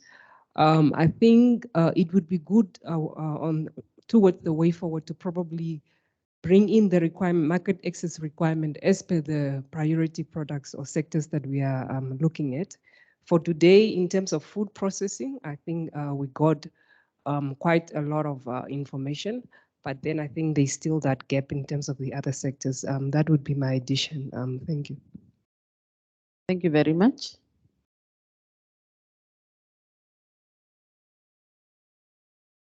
Okay, I think we can, anyone from the virtual participant? There's no hand. Okay, in that case, I think we can move on with the program, since this is we still have, this is the capacity building workshop the first one. So we are still having a second one, a follow-up from this one on the 15th of June. So hopefully by then, at least you'll be more informed. Can we have the program for the 15th of June? Yeah, the agenda, program agenda for the 15th of June. Sorry, ma'am, we didn't prepare a slide on it, but if you would like, I could just talk to it. Okay. Sorry about that. Sorry, I need to scratch in my brain. So based on the requests and the kind of feedback we've had, I think we might want to also revisit it based on some of the feedback. And thank you very much, Ms. Elise, for that. But I think the main focus of the program that we have in mind for the 15th is around the logistics side. So we've got a logistics company from the US called BPL that has expertise in terms of some of the mechanics of moving product. So what do you need to do to get the CBP part right? So we heard the FDA compliance. This is more going to be about the CBP piece. We will hear from Ms. Tandy from NAMRA in terms of what needs to be done at home. So the first leg of that. We also have the CBP attaché from Pretoria who's lined up to talk about what do you need to do as a first-time exporter. He's going to talk about inspections. Why do inspections happen? How can you preempt that? That seem to be inevitable, but he'll talk to why do CBP do that and how do you manage that? So it will be more focused on the customs procedures. And then Gerrit will be here from Botswana and he will, I think, nudge everyone to say, okay, this is a great opportunity, but now how as Namibia and as the AGOA steering committee can we take this forward? It's not just up to the ministry to run with this, it's up to everyone who stands to benefit. So what do we see as success? Who's willing to help? How? Everyone has a role to play in terms of succeeding, in terms of making it, taking advantage of AGOA. So there will be some session in terms of next steps. What about a roadmap of working on this together? So that's really the focus for next time. And with that, back to you, ma'am. Thank you. Okay, thank you very much, Frances. And I think also we'll also have a networking session where we'll have some of the companies that has managed to export to the US, where they will just give us some examples on how their processes was and all the challenges that they have experienced during their process. Now, I would like to call Mr. Sadiq Chombo for the closing remarks. No, before I go to the closing remark, I will also want to urge all the participants, visual and physical, to please confirm your participation for the next week event, the one on the 15th. Please, you can send an email to ELO or myself just to inform us that you will be participating again next week. And also you have to indicate whether you will come, you will be physically attending the meeting or whether you will be doing it virtual. That will also help because we also have limited space in terms of the physical participation. As we know, we are in a very difficult era of COVID-19, so we can't have many people. Thank you very much. With that, I would like to call on Sadiq, Mr. Chombo, our chief statistician, to come and do the closing remark. Thank you.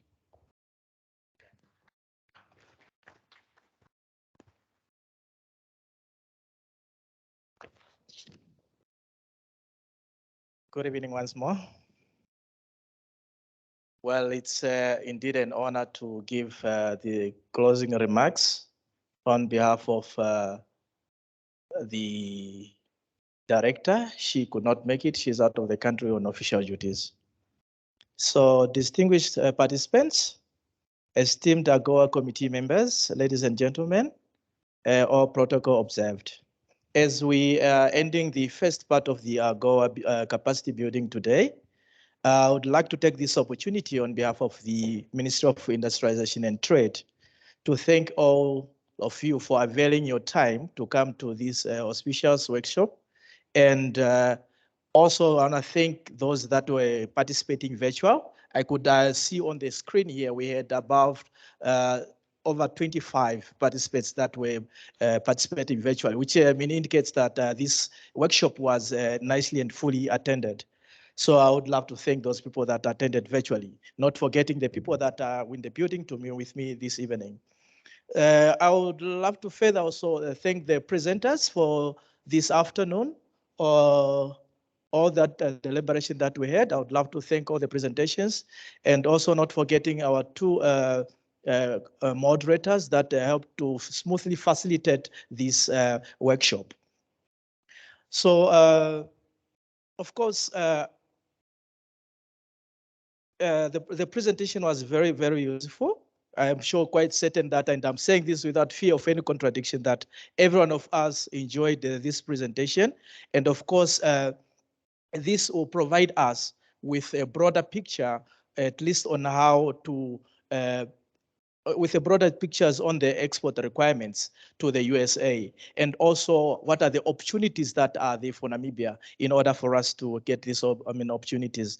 I also strongly believe that we had an extensive discussion. Of course, this was a very engaging workshop, and that will assist the information that was gathered here, or the information that was shared here. It will assist information exporters and potential exporters to benefit from the AGOA preferentials.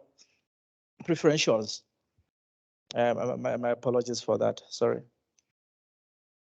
Yeah, so the Minister of Industrialization and Trade is also looking forward to continue a good working relationship with the USA Trade Hub in the anticipated part 2 of the AGOA capacity building workshop, which is scheduled next week on the 15th of June.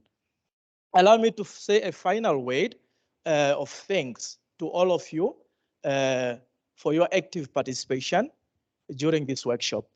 And we are looking forward to seeing you in the same venue. I heard this will be the same venue next week. I guess it's the same time as well. We would love to see you all here to fruitfully participate as you did today, also engage. And let me not waste much of your time. So, and let me say this without fear of any contradiction once again, we really enjoyed, and it was marvelous, fruitful engagement. I thank you all, and thanks for coming.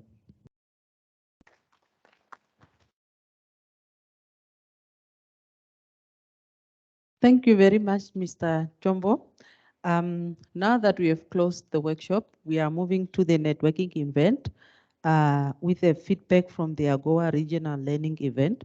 Our colleagues that went to Cape Town for the regional learning event, they will be giving us some insights on what happened in terms of the feedback from that event. This now we are going to a networking event which is in the library. I understand this when you go out here, it's at the back here. I think maybe we can, I don't know if this door can open, but the information is that it's at the back here. Oh, just hold on.